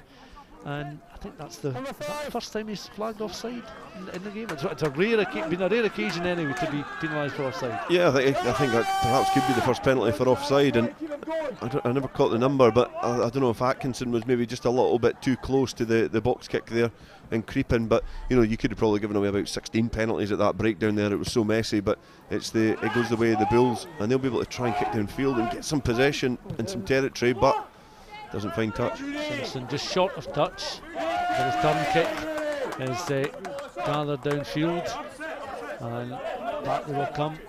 This went out just on the 10.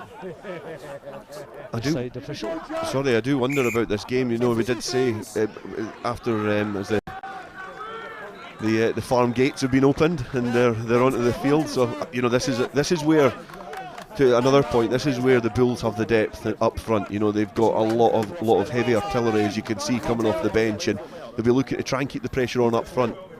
However, I did say that the longer this game goes on, 7-0, the more nerves will come into the Bulls game, and I think the Boroughmuir Bears have been playing this almost perfectly so far.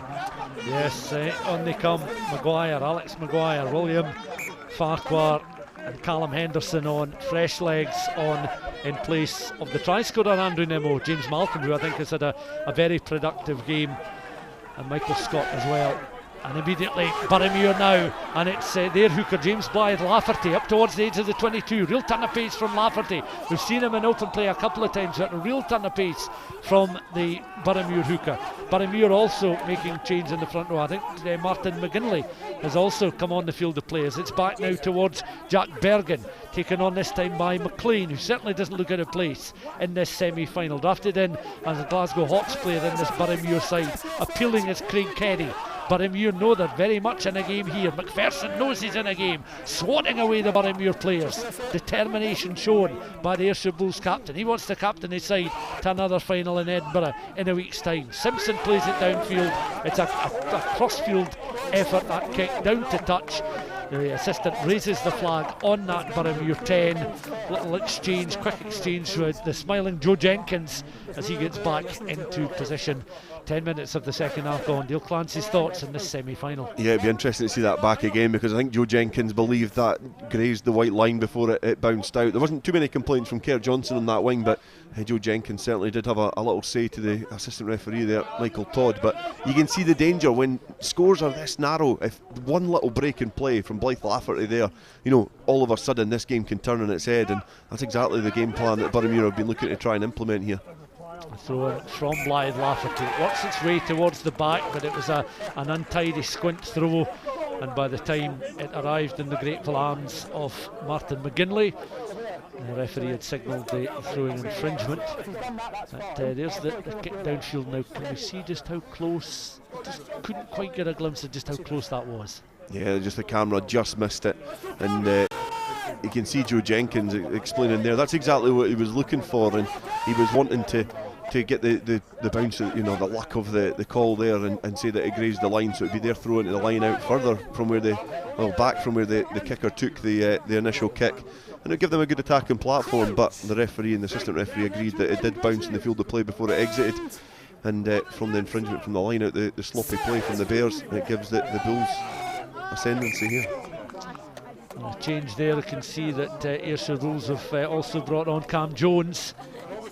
So Jones is now taking on the duties as scrum half, wearing 24, and alongside him is Rory Swan. Of course, this is the FOSROC Super6 second semi-final before next weekend's final. Watsonians awaiting the winners. It will be an Edinburgh final with the Dam Health, the venue for the match, 4:45 kick-off on the 30th of October. Ayrshire Bulls winning the contest, winning the overall championship a year ago. Well, if they can hang on to this scoreline, they'll be playing the winners of the Super 6 Sprint Series in the form of Watsonians in a week's time. Boroughmuir Bears will want a big say in that. It's Saturday night drama in Burns country, Millbrae, Alloway, home of the Bard. The penalty awarded to the Ayrshire Bulls, as that was controlled carefully there by the inside step of the boot of Stuart McFarlane, and Boroughmuir conceding the penalty. Will Bulls go for the corner here rather than for the post? It looks like it. Yeah, I think they're looking to try and get some ascendancy in this game, get some territory, try and put some pressure on this Boroughmuir Bears defence, because there's been a lot of errors creeping into the game from the Bulls, which the Bears have been able to deal with quickly, kick it downfield, relieve the pressure, and then the Ayrshire Bulls have to press the reset button and go again. So it'll be interesting to see what comes of this throw into the line out, but certainly Ayrshire Bulls have a very fragile lead here at Millbrae. And you can see the fire burning in the house there. Fire is on the chimney, bit of stew and smoke coming out of the chimney. A lovely setting as the sun is going down, bit of red sky in Ayrshire. Relatively calm evening. It's been a bit damp in Alloway during the course of the day in the afternoon, as the ball tucked under the arm there of Alex Maguire, the replacement front row. Jerry Blythe Lafferty, we see, has been replaced as well by Corey Tate. So both hookers have now been replaced in the second half, but it's still there with the Ayrshire Bulls now, and Cam Jones looking to line it up on towards Simpson, and back infield comes McNamara. He's forced out towards that right hand side. Cavan now going for the corner. He's able to offload and covering very quickly across field the Boroughmuir defence onto that loose ball. Craig Keddy, the captain. Back it comes though in Ayrshire Bulls' hands. Tom Brown now takes the ball on. Tim Brown, I should say. Tim Brown up into that 22. Still Ayrshire Bulls are going. Tim Brown, that was a good break from him. You can see over play is Archie Smeaton. You can see how close Ayrshire Bulls are towards the line just now. This, you could imagine, will be a very significant spell in the game, regardless of what the outcome is here. Boroughmuir are hanging on. You feel Ayrshire Bulls sensing an opportunity, trying to turn the screw. A few chances there. Craig Keddy mopping up. Cavan coming in. A very good carry from Tim Brown. You can't take your eyes off this contest, and as we're well past 6 o'clock on a Saturday evening now, 6:15, 15 minutes of the second half played, just 7 points separating the sides. But can the Bulls sniff another opportunity here, Dale, to get a try? It would, if you'd imagine them getting 12 or 14 in front, to change the contest and the complexion of the game. Yeah, Johnny Perry, I'm just having a conversation with the captain, Keddy, and also Bergen. I think, the Bears feel that when they ripped that ball and Keddy went to ground, he was tackled and then he was ripped when he got to ground. So, he's perhaps got a little bit of a case there, but the referee and the assistant referees let it play, and the penalty has eventually came from some perhaps some stupid play from the Bears round the fringes, and this is a really, really dangerous position to be in if you've got a blue and a green checky shirt on. Spectators enjoying a variety of brews. They'll certainly not want any players colliding with advertising hoardings there, or they could be having to make their way to the bar at a crucial time in the contest. Especially with the price of a pint nowadays. Well, either that or a distinctly familiar soft drink that comes in its own shade of orange. Better not name advertisers and such like, but I think you would get a glimpse of that in your picture. If that is their favourite tipple, they're certainly enjoying it in this cool evening in Ayrshire. Things are putting up to some degree on the pitch though. Cam Jones will wait patiently. Boroughmuir though looks somewhat nervous. Difficult time for them at the moment. As the drive is on here, the Bulls will be controlling it. McPherson just reading it with the inside of the boot there. He picks up, he goes, he's over the line! And now the Bulls players celebrate. And that try coming 3 minutes short of the hour mark. McPherson seems nonplussed, he'll be delighted inside.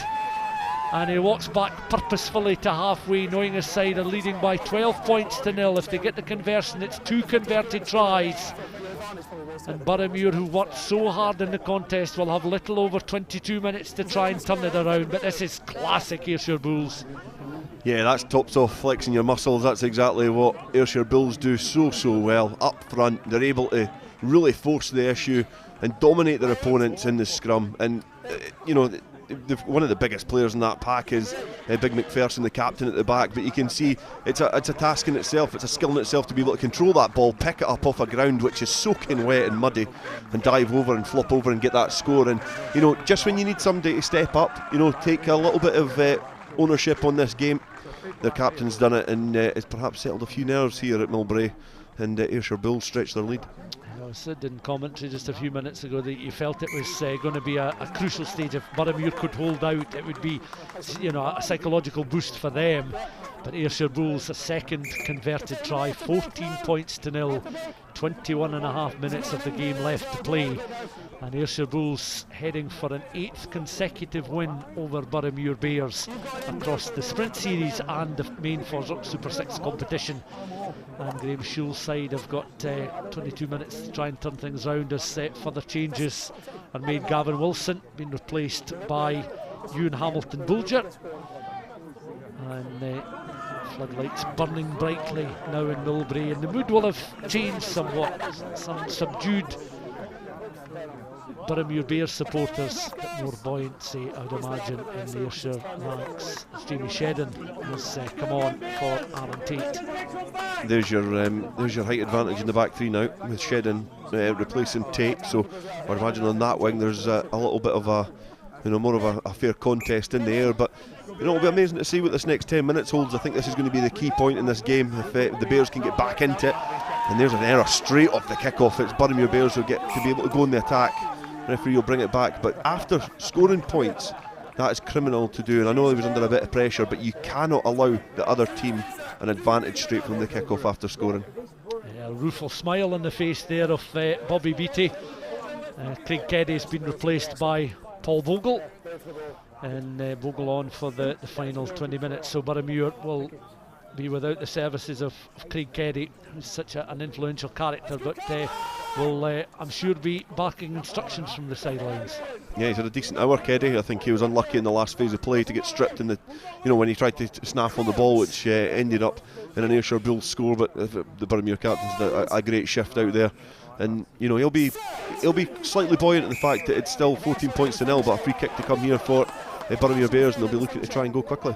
Yeah, this is, as you mentioned, you know, in all team sports, the last thing you want to do is be slack immediately after you've scored. You can, you know, they often say that sometimes there can be a period where you just switch off. There's the little tap and go from Boroughmuir, and once again you can see Paul Vogel on the field of play, recycling ball on to these determined Boroughmuir Bears players, because with Mark McGinley in the side as well, a fairly fresh pair of legs in the second half, they want to try and open up the Ayrshire Bulls side. They feel that if they can get a try in the next few minutes to set up a grandstand finish with plenty of time, if they can still go to the bench. That deflecting off the shoulder there of Atkinson, coming back closer to the edge of the 22. But Boroughmuir have got to really have their game heads on. This is what they've been training for during the course of the week. The staring test of the tight Ayrshire Bulls defence, their bulk and their skill set up against the guile of this Boroughmuir Bears side. But they need a try now. They need to produce all the hard work from the training ground. But then the same applies from a defensive point of view from Ayrshire Bulls. Boroughmuir, though, still in possession of the ball, forced to the ground here as Ewan Hamilton Bulger, but it comes back, trying to cut the ball infield there. Very quickly up with play there was Calvin Henderson, wearing 18. recycle ball once more. It was almost heading in the direction of Adam Scott there, but ball cut out first. Scott is forced to ground. Back it comes now towards Robinson from almost a standing start. No players coming onto the ball at a rate of knots. They're having to build from sort of walking pace up towards the 22. Archie Smeaton just over the ball, didn't fully commit there as he can adjust his defensive position as the ball is spread out towards that left hand side once more. Into the final 20 minutes of the contest. Another penalty coming the way of Boroughmuir. They're eating into this final quarter. They're still in possession, they've still got good territory, but they need some points on the board. And again, just another word in the ear of the referee from Blair McPherson.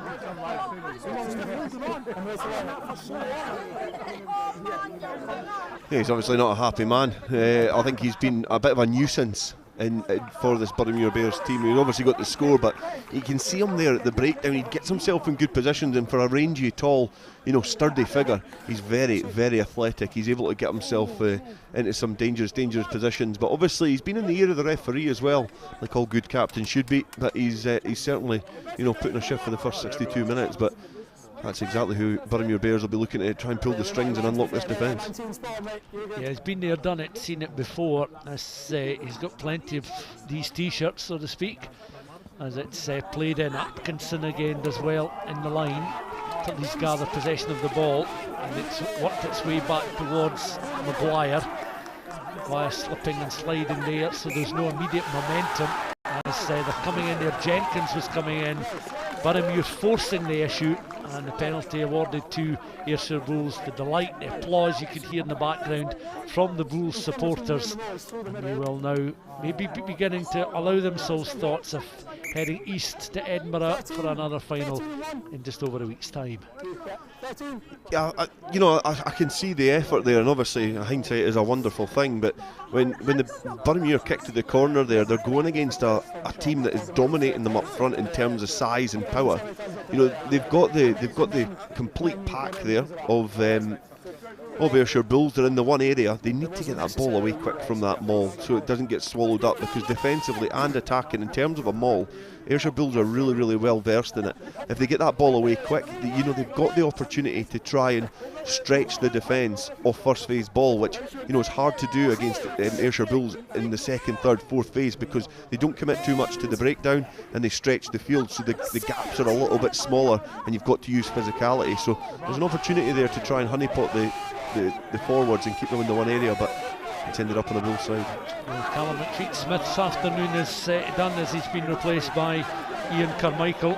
Of course, Craig Keddy into the side after injury, and he played nearly an hour before he was withdrawn from the field of play, so a good shift again after a spell on the sidelines with a knock. As it's Ayrshire Bulls now come back for early penalty. Referee playing some penalty advantage. Again, there's not been too much significant penalty advantage played in the game so far, but he did allow some advantage there, just outside that 22. Yeah, the scrum was moving forward, and it was Swan. Sorry, it wasn't. It was Cam Jones, the replacement scrum half. He was just watching the referee, waiting for the arm to go out, and as soon as the arm went out, he knew he could play the ball. They were playing for the penalty because of the dominance that they've got in the scrum. But in terms of the second half, it's probably been a little bit slower, a little bit less competitive than the first half. I feel Boroughmuir have given a lot into this game, and you can see it starting to have a toll on their work rate. And Ayrshire Bulls are starting to look a little bit more confident and also a little bit more comfortable. 15 minutes of the match left to play. I suppose that's for a second try, and a 14-point lead will bring, in terms of maybe just work out any nerves or anxieties in the team. As Corey Tate then looking to throw the ball into this line. Ian Carmichael, Alex Maguire, I should say, will be throwing the ball into the line. Corey Tate being his opposite number. William Farker with the instructions, as it's been stolen there, and Boroughmuir again just pick and go with some purpose, mopped up again by the scrum half. On now, just on the angle, once more offload. McGinley's played very well in that back row. It's buttoned his way out towards McLean, the fullback. He's caught short just on the edge of the 22, picked up very quickly there by Swan. Boroughmuir desperate to try and turn the screw. Coming on for Tim Brown. Brown, the open side flanker, again has been a player that's really put himself about this afternoon in the Ayrshire Rules side. This ball spread wide towards the left hand channel. Boroughmuir accelerating up and into that 22. Ball goes loose, picked up by Bobby Beattie in the right place at the right time. Ricocheting off some hands there. That's spotted by the referee. Another penalty decision. Good work by the outside centre, who just gets himself back to his feet just now. 13.5 minutes of the contest left to play, and if it's 13.5 scrappy minutes, Ayrshire Bulls won't care a jot.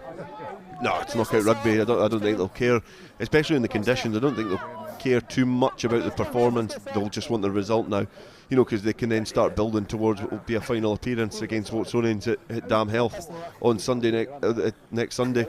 So it's a game which is still finely poised, because you can see there when Boroughmuir move the target and start stretching this team, they're dangerous. A little bit of inaccuracy comes in there again. They knock the ball on, and it takes all the momentum and all the kind of effort out of that move. However, when they're starting to try and run direct into the Ayrshire Bulls, they're just swallowing them up, because they're not as strong as their opposition. They need to move them about the park a little bit more, try and stretch them to try and get these holes in the defence. Cam Jones will feed the ball into this scrummage here. The Ayrshire Bulls. Penalty awarded at the scrum, so it's an easier exit from around that right hand corner of their 22. And a bit of jocularity being picked up by our pitchside microphones there, as I'm sure many of the Ayrshire Bulls supporters will be looking forward to an enjoyable evening, unless there's a dramatic turnaround in fortunes in the remaining 12 or so minutes of the game.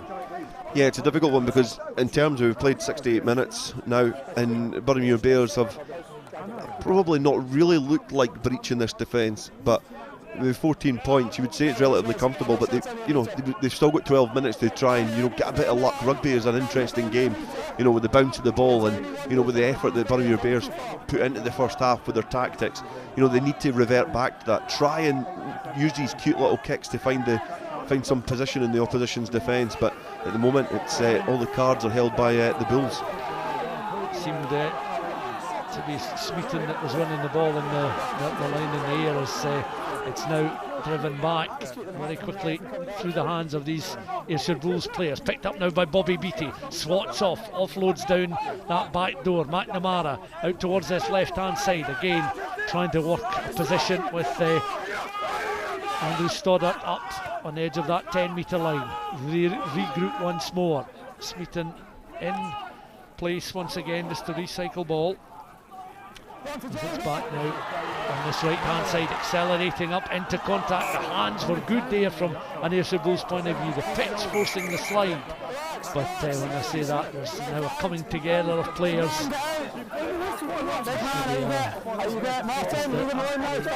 Expected consequence of Ayrshire Bulls and Boroughmuir putting so much into this semi-final, and Ayrshire Bulls creeping closer and closer. But that was a forward pass, just bringing play to a halt, picked up by our match referee, and Boroughmuir are having to work it from deep inside their own half, but they have possession again, and the clock is becoming as big an enemy to Boroughmuir and as big an obstacle for them as Ayrshire Bulls in many ways. Yeah, and they've got to attack from deep. They've got to go from deep if they're going to win this game. So it's everything's against Boroughmuir Bears at the moment, but you can see what the conditions have done to this game. It's been interesting. I think it's been a really enjoyable game. It's been a good 70 minutes, but you can see there the players just creep a yard closer forward, but puts that forward pass in. They're just not as quick, not as dynamic. But you can see here, finally, the Boroughmuir Bears able to get their backs up into scrum, and they win the penalty. Yes, it doesn't necessarily need to be a high-scoring affair for it to be an enthralling and entertaining contest. This just the two converted tries, one in each half for the Ayrshire Bulls forwards. 14 points to 0.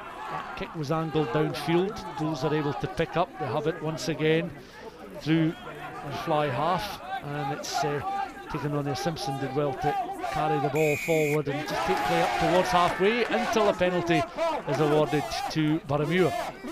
That's Robson again. He's been brilliant at the breakdown. He's almost like an additional back row, especially with the size of him. He's a big burly ball carrier. And in terms of that, that's twice. One was almost a try scoring opportunity for the Bulls going this way that we're seeing just now on our screen. That was in that area, and you can see there how quick he is. He's got a lot of congestion there, but the big number 12 for Boroughmuir just get himself in a great position, and very hard to move when you're his size and strength. Energy sapping stuff as Boroughmuir again going to the bench to bring on some fresher legs. Of course, they brought in Robbie Chalmers from the Southern Knights to occupy a place on the bench and to bring on for the closing stages of the game. They're chasing the game, 14 points to nil, 10 minutes of the contest left to play. They'll begin to think over the next few minutes of his player of the match, FOSROC Super 6 player of the match. There is confirmation that Robbie Chalmers is on for Andrew McLean, and McLean, in fairness, coming in from Glasgow Hawks, has had a very, very good 70 minutes on the field of play, because this would be a bit of a step up for him in terms of the club rugby that he's played. Tristan Andrews also on for Jack Fisher in the closing minutes, so Tristan Andrews quite often plays in the back row, and of course replacing a second row forward in the form of Jack Fisher. So again, Graham Schule will be rejigging his back line. Willie Swan on, Willie Swan replaced by Murray Johnson as well, and you can see that Johnson in the left of the picture with the wrist strappings on, and somebody who's been covering a good bit of this second half, Cam Jones, walking into the picture, the replacement Ayrshire Bulls scrum half. 9 minutes left to play. Hunt on for Simpson, so another change in the half backs for Ayrshire Bulls. Pat MacArthur will be using the full bench on this an occasion as well that they'll want to relish and celebrate, a home semi-final. They'll never tire of these. These players will enjoy the occasion, but there's still 8.5 minutes to see out before they can celebrate the victory. Yeah, I think home advantages perhaps had a big say in this fixture. Obviously, well, Megatland, if it was at Boroughmuir, it was the Peebles were due to play Boroughmuir club team today, and it got called off for a waterlogged pitch. So it shows you the kind of impact the rain's had across the country on rugby fixtures. But in terms of a home fixture for Ayr, they've made it count. It's been a scrappy performance, but they've got themselves in a winning position, and that is what knockout rugby is all about. I don't think they'll care too much about the performance because of the conditions. But at the moment, Ayrshire Bulls, they've certainly got, I would say probably maybe not 1 foot. They've certainly got their toes in the semi-final, but they're almost there in terms of controlling this game and getting towards Dam Health on Sunday.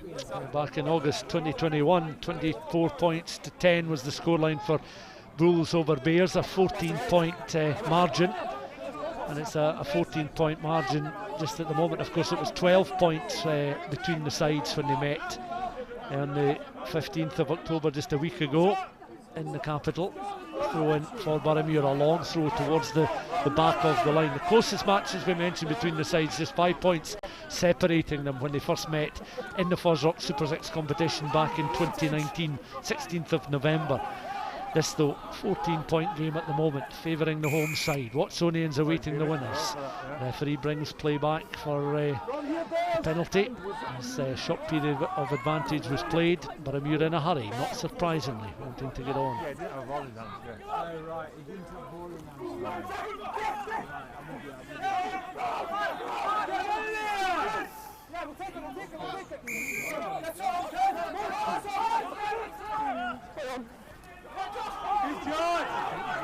Play continues as it's up now towards, ball bounces there rather awkwardly off the shins. Boroughmuir back they go towards halfway. It's now picked up in a solid collision, and it's going to get untidy because Boroughmuir now are really, their hand is forced, so they have to now be in a position to maybe throw caution to the wind, and that will play in some ways into Ayrshire Bulls' hands if circumstances like this continue with knock-ons and such like. But Bulls know they don't require any further scoring. No bonus points required today as Bobby Beattie's receiving a little bit of treatment. 14 points to nil is the scoreline. Tail just over 5 minutes of the game left to play, and despite the fact they're 14-0 down, I would imagine Graham Schule will be pretty proud of his players. And again, this may be an illustration of the improvement, because it's been a different kind of game between these sides. Yeah, definitely. I think you look at the fixtures that they've had before now, they've they've struggled to keep them under, score less than 20 points. So, in terms of keeping them to 14, it's been a good battle from the Boroughmuir Bears. And you've got to think about progression. Progression's not always going into the game and winning, it's being competitive, and I feel that the Bears are getting to a position where they're competitive. And Super 6 is like that. Southern Knights were competitive a few years ago, missing out in the final when they got beat by the Bulls, and then eventually, things change in the landscape of rugby. Their player movement, squads look different, and the Boroughmuir Bears are one of these teams that have probably benefited from an influx of some experienced players, but also some young players. But we've still got a bit of rugby to play here between these two sides. But Ayrshire Bulls, they do rely on a lot of players who have been there and done it in terms of club and semi-professional, professional rugby, and you can see that here. Again, the scrum with a lot of dominance up front, the penalty coming for Ayrshire Bulls, and they'll get to see out this game with the ball in hand as Stuart takes the ball over the halfway line. And the Ayrshire Bulls again, ball in hand and controlling this game nicely as they start looking towards, seeing this game out, managing time and getting themselves to that final. McPherson, the second try scorer there, plants the ball back, picked up by Cam Jones on towards Smeaton, back row forward again, working very hard. Smeaton in the second row, starting with Rory Jackson. It's launched forward and bounces once and into touch across on that far side, and that's an excellent kick downfield. And again, you can see the Bulls players straightening up, their captain into a jog as they head across towards that corner to a clutch of supporters that are ready to celebrate. They've just over 5 minutes of the game left to play. 14-0 the scoreline, and Dale's been deliberating over the player of the match as we're watching on the action. The sun now well and truly set in the sky. We're into early evening, just past 6:30, approaching 20 to 7 on a Saturday night. The throw in then for Boroughmuir in the gloom here, and that'll be a gloomy, despondent Boroughmuir bus heading back towards Edinburgh. There's a dramatic turnaround in fortunes, but Atkinson does well to win the ball in the line, and penalty awarded again just on the fringes of the Boroughmuir 22, and they will ping this one down closer towards halfway to resume the match and back into Ayrshire Bulls territory. 5 minutes to go. Yeah, going back to the point about progression, this is one of those things that the Boroughmuir Bears have been competitive. We've got four and a bit minutes left in this game, and you would imagine that it's going to be difficult for the Bears to score. I think we could probably play for another half hour, and I think the Boroughmuir Bears would struggle to score because of the relentless defence from Ayrshire Bulls. They're really, really aggressive in defence, but progression is being competitive. This has been an away fixture in a semi-final to a team high on confidence, and they've made it really competitive. There was points in this game where you thought Boroughmuir Bears could potentially win this game, and I think that is a sign of progress for this Bears side. It's now looking at teams like Heriots, Wolves and Knights to see if they can start closing the gaps to the teams on top, but it is looking like it might be what's known as Ayrshire Bulls at the damn hill. Oh, and it just comes off the hands of the scrum half, knocking the ball forward there. That was unfortunate, and much to the delight of the spectators watching on. Murray Johnston, very unfortunate there, and Ayrshire Bulls will ping this one down into the corner, and he'll walk back a somewhat disconsolate figure with the shoulders a little bit slumped. Yes, as you're thinking back to the two opportunities that we had for Boroughmuir Bears in the first half, Scott McGinley in the second half. It was, I think Jack Bergen had a very good break. They really needed an end result in both occasions, but they were in behind almost like a boxer that had suffered a few solid blows there. Now there is the second row forward, Archie Smeaton, and Dale, the Ayrshire Bulls number 5, is your FOSROC Super 6 player of the match this afternoon. Yeah, and he's standing beside the other player who I thought perhaps was in for a shout as well, Blair McPherson. I think they've been, they've gone for the full 80 minutes almost. They've played with a lot of energy, and you can see there I've just given them a commentator's curse as he's lost the line out, but I think in terms of his work rate along the park, I've been watching him in little bits. I've been impressed with his ball carrying, but even little bits when they're going around the park, he's always running to the breakdown and filling that defensive line, and I think you need that energy and urgency to set the tempo, and Smeaton has certainly been there or thereabouts all the time. He's been jackling well, he's been tackling well, he's been carrying the ball, he's been supporting his teammates. He was the one shunting Nimmo over the line for the score, working hard in the scrum, which has been dominant. So he's been one of many players who have stood out, but he just nudges the FOSROC Super 6 player of the match. Yeah, and another player that had he stayed on the park a bit longer, James Malcolm, I think for the time he was on the park, he was very much in the mix as well, as having put himself about, and maybe one or two throw-ins slightly askew, but certainly his open play was very effective this afternoon. But worth a mention in dispatches, but so too many of these players on the park this afternoon. Ball out of bounds, knocked on the deck. The Bears handling, just letting them down in the last few minutes. Latest player is Scott Robinson to get back to his feet into the final 2 minutes. I'm sure Blair McPherson doesn't mind handing out medals to hard-working teammates rather than maybe presenting one to himself on this occasion. You know, he's quite a selfless captain and a great leader for the Ayrshire Bulls, hence why he's had leadership roles at this club for many a year. But I just think, you know, the players that they've got at their disposal, you look at this, the sheer size of, like I said, you know, the full, you know, the forwards that you can see on your screen just now. No wonder that they're bullying the Boroughmuir Bears team. The tries that have come from the Bulls have been forward tries. They've been from a scrum and they've been from close quarter action after a line out and going through the forwards. You know, because they've got that at their disposal. I think next Sunday is going to be such an interesting game because Watsonians have a blend compared to the Ayrshire Bulls, so it's certainly going to be a mouth-watering final at the Dam Health on Sunday. Yeah, you're thinking that let's have a look forward, Ed Bloodworth, and what he's brought in the past as well for Ayrshire Bulls in that second row, playing at a pretty high level in England and then making his way up and settling very quickly during his time as a FOSROC Super6 player.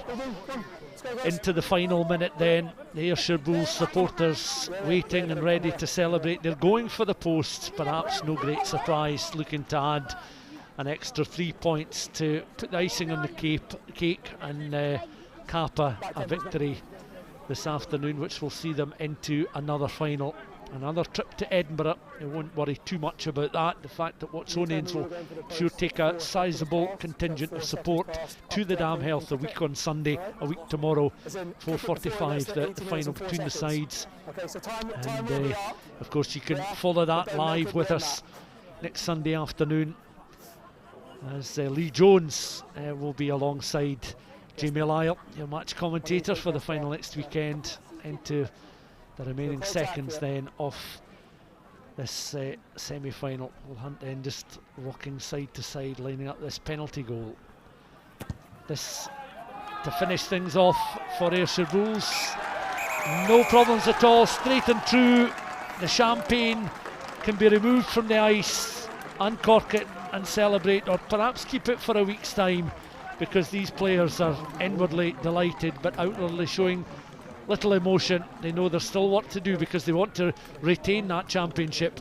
But that man there with a broad smile on his face, Archie Smeaton, the player of the match in this FOSROC Super6 semi-final, very much part of a team that were able to defeat Boroughmuir Bears by 17 points to 0.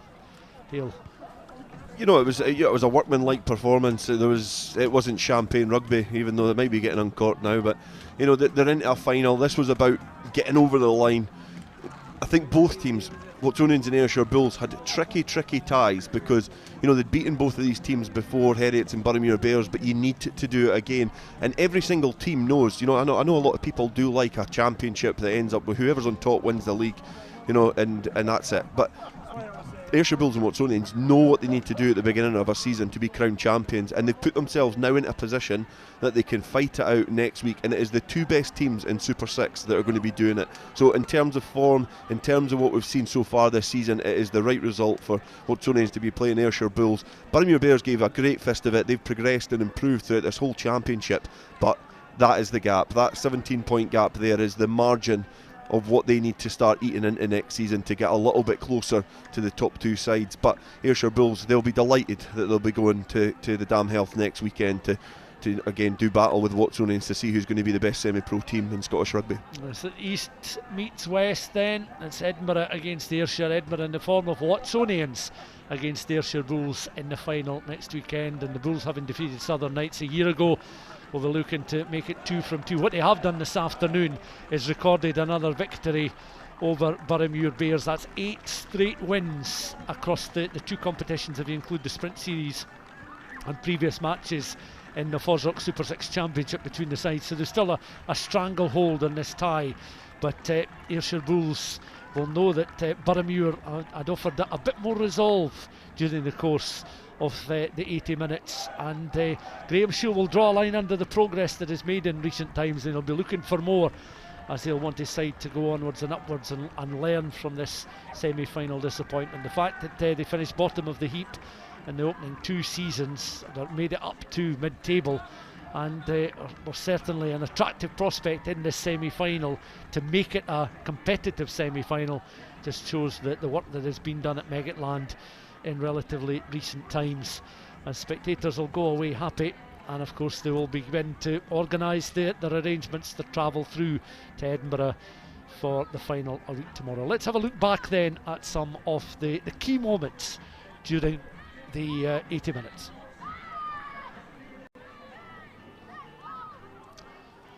So this scrummage just on the halfway line, Boroughmuir on the attack,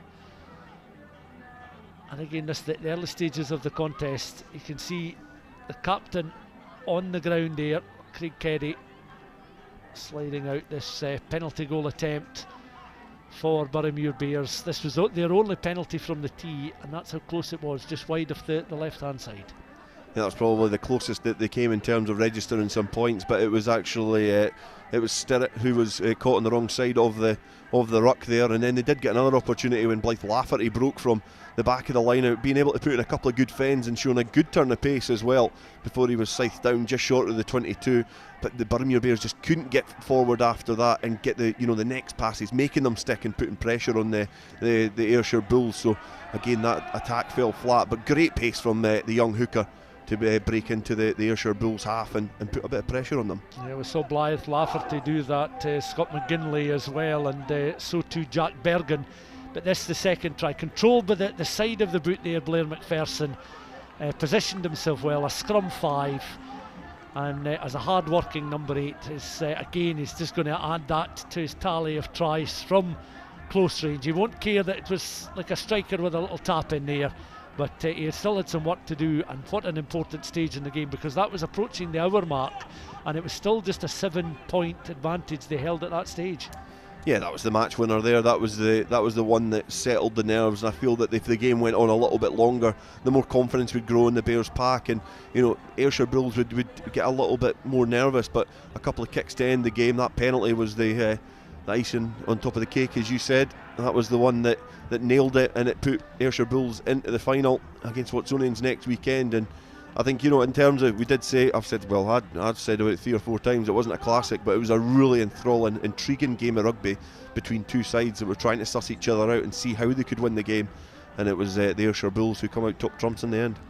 Yes, so it means that it's just one match now between the conclusion of the competition for another series. Of course, we had the regulation season finishing last weekend, the playoffs last night and today, and of course the final next weekend. And Ayrshire Bulls will be hoping that today's player of the match will be very much at the heart of any success they have there, with Blair McPherson and Blair with Archie Smeaton. Smeaton will receive his medal. He'll be wanting a winner's medal round his neck in a week's time or so as well. Yeah, that's. I think they'll be thinking this is a bit of a dress rehearsal, as they'll be wanting to try and get that victory over Watsonians. But you've got to look ahead to that game now. Archie Smeaton did have a phenomenal game.